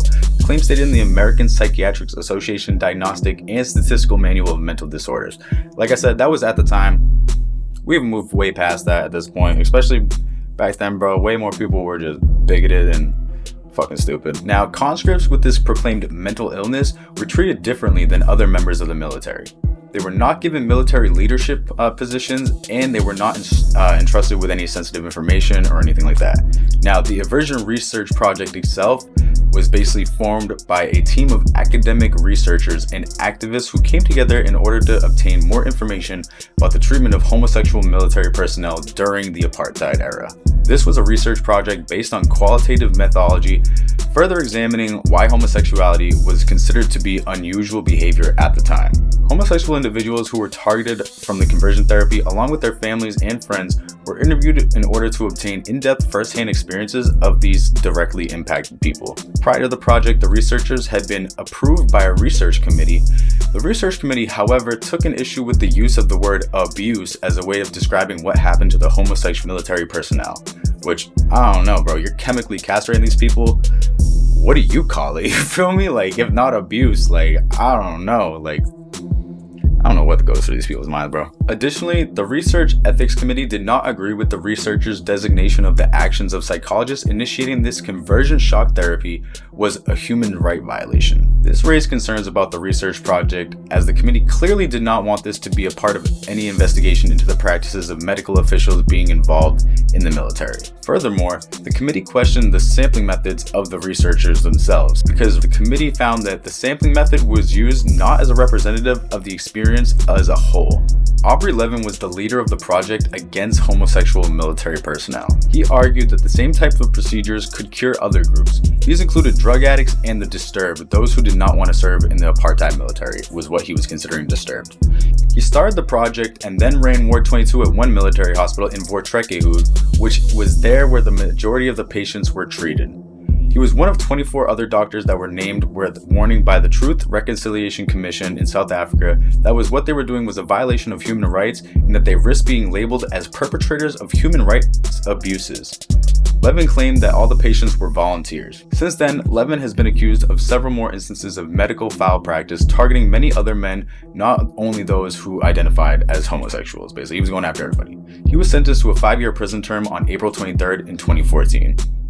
After it became noticeable that conversion therapy was failing, staff came up with an alternative. As a result, patients who had failed the initial treatments were subjected to a sex change. This included being put through surgery and being given a brand new identity. Patients would then be discharged from the military and advised to cut themselves off from family and friends, basically start a whole new life. As many as 900 of the people, mostly 16 to 24-year-olds, were subjected to medical procedures where they cut off their genitals, changed their birth certificate, and everything.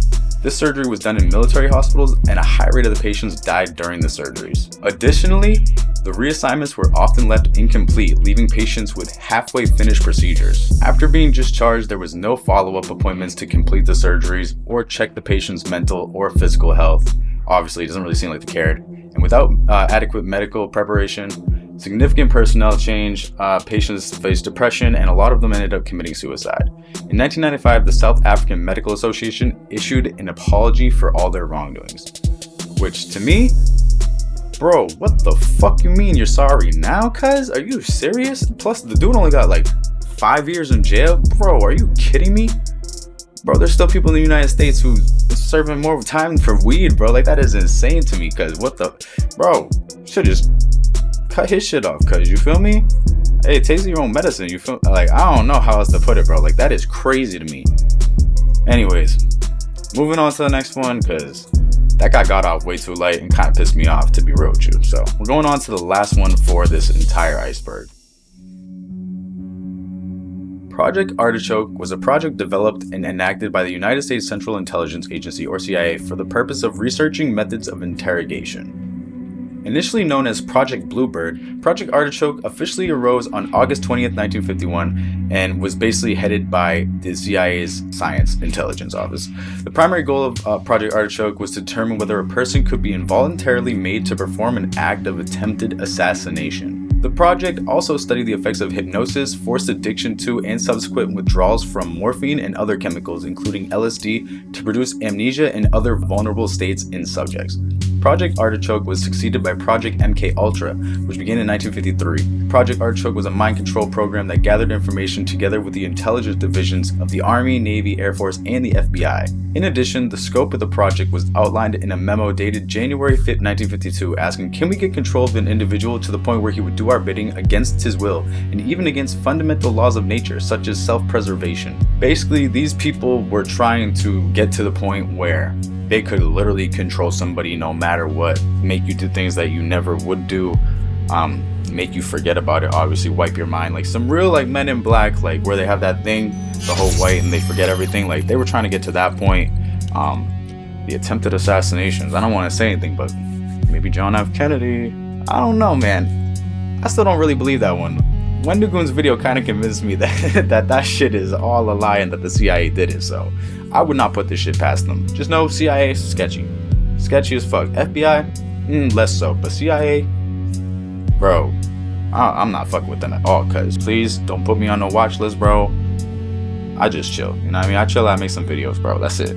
Project Artichoke was the Central Intelligence Agency's secret code name for carrying out in-house and overseas experiments using LSD, hypnosis, and total isolation as forms of psychological harassment for specific interrogations on human subjects. At first, agents used cocaine, marijuana, heroin, peyote, a bunch of different drugs basically, but LSD was the most promising one. The subjects who left this project were fogged with amnesia, resulting in faulty and vague memories of the whole experience. In 1952, LSD was increasingly given to unknowing CIA agents to determine the drug's effects on unsuspecting people. One record states that an agent was basically kept up on acid for like 77 days, bro. I've never taken acid in my life. I have taken mushrooms, keep that low key, but bro, 77 days, cuz like, yo, 8 hours is long enough, you feel me? Like 8 hours, if you know, you know, 8 hours is plenty of fucking time, bro. I don't need 77 days. I don't even need 2 days, bro. That's too much. My brain would be gone, you feel me? I would be a straight up zombie. Artichoke also researched the potential of dengue fever and other diseases. A declassified Artichoke memo read, "Not all viruses have to be lethal. The objective includes those that act as short-term and long-term incapacitating agents." The CIA disputed whether the department would take over the operation. Finally, it was decided that an agent from the CIA research staff, former U.S. Army Brigadier General Paul Gaynor, would oversee it. The CIA sought to establish control over what it perceived as the weaker and less intelligent segments of society, or for the potential of agents, directors, refugees, or prisoners of wars, or others. The CIA report states that if hypnosis succeeded, assassinations could be created to assassinate a prominent politician or, if necessary, an American official. The overseas operations took place in locations throughout Europe, Japan, Southeast Asia, and the Philippines. Teams were assembled to manage these operations, and they were told to conduct at overseas bases operational experiments utilizing aliens as subjects. Basically, anybody that's not from America, even people from America, they're using it on their own CIA agents, just testing, seeing what the fuck it would do. Like, this is literally some American dad shit, bro. Like, I don't know how else to put it. Yeah, that's basically Project Artichoke. They were trying to basically figure out how they could hypnotize people or mind control people into being able to assassinate maybe other countries' prominent politicians, or even our own JFK. I'm gonna say it again, I don't know. Alright, and there you have it. That is the entire Psychological Experiments Iceberg. This series took me like, I want to say almost a year, probably about like 8 months that I've been working on these videos. Obviously not like consistently, but you know, still 8 months, all done, man. Again, let me know what you guys' thought was the most interesting or most messed up, or whatever you took away from this iceberg, because some of these are super messed up, some of these are a little bit weird, but a lot of them are just kind of fucking messed up, to be real with you. So let me know that down below in the comments. Let me know if there's anything else you want to see on the channel, any other icebergs, tier lists, whatever. To be honest, at this point, hey, I still got a bunch more ideas of stuff, and I got some stuff in the future, but if you guys want to see anything specific, definitely let me know. Make sure you like, subscribe, the notification bell, all that YouTube stuff that they love. Help your boy out, you feel me? Help me help you guys. But anyways, that's about it. That's all I got. We're still running a Christmas sale, possibly. I don't know when this video is going to drop, but might still. Go check out my website, preworldwide.com. Use Xmas20, GLO15, whatever you want to use. Trust me, I'm always giving out coupon codes. And yeah, that's it. Stay safe, stay dangerous. Happy holidays, Merry Christmas, Happy Kwanzaa, Happy Hanukkah, right? Whatever other, Happy New Year. I don't know when this video is going to drop, so this could all be super out of date by then. But yeah, other than that, stay safe, get laid. I'll see y'all soon. Deuces.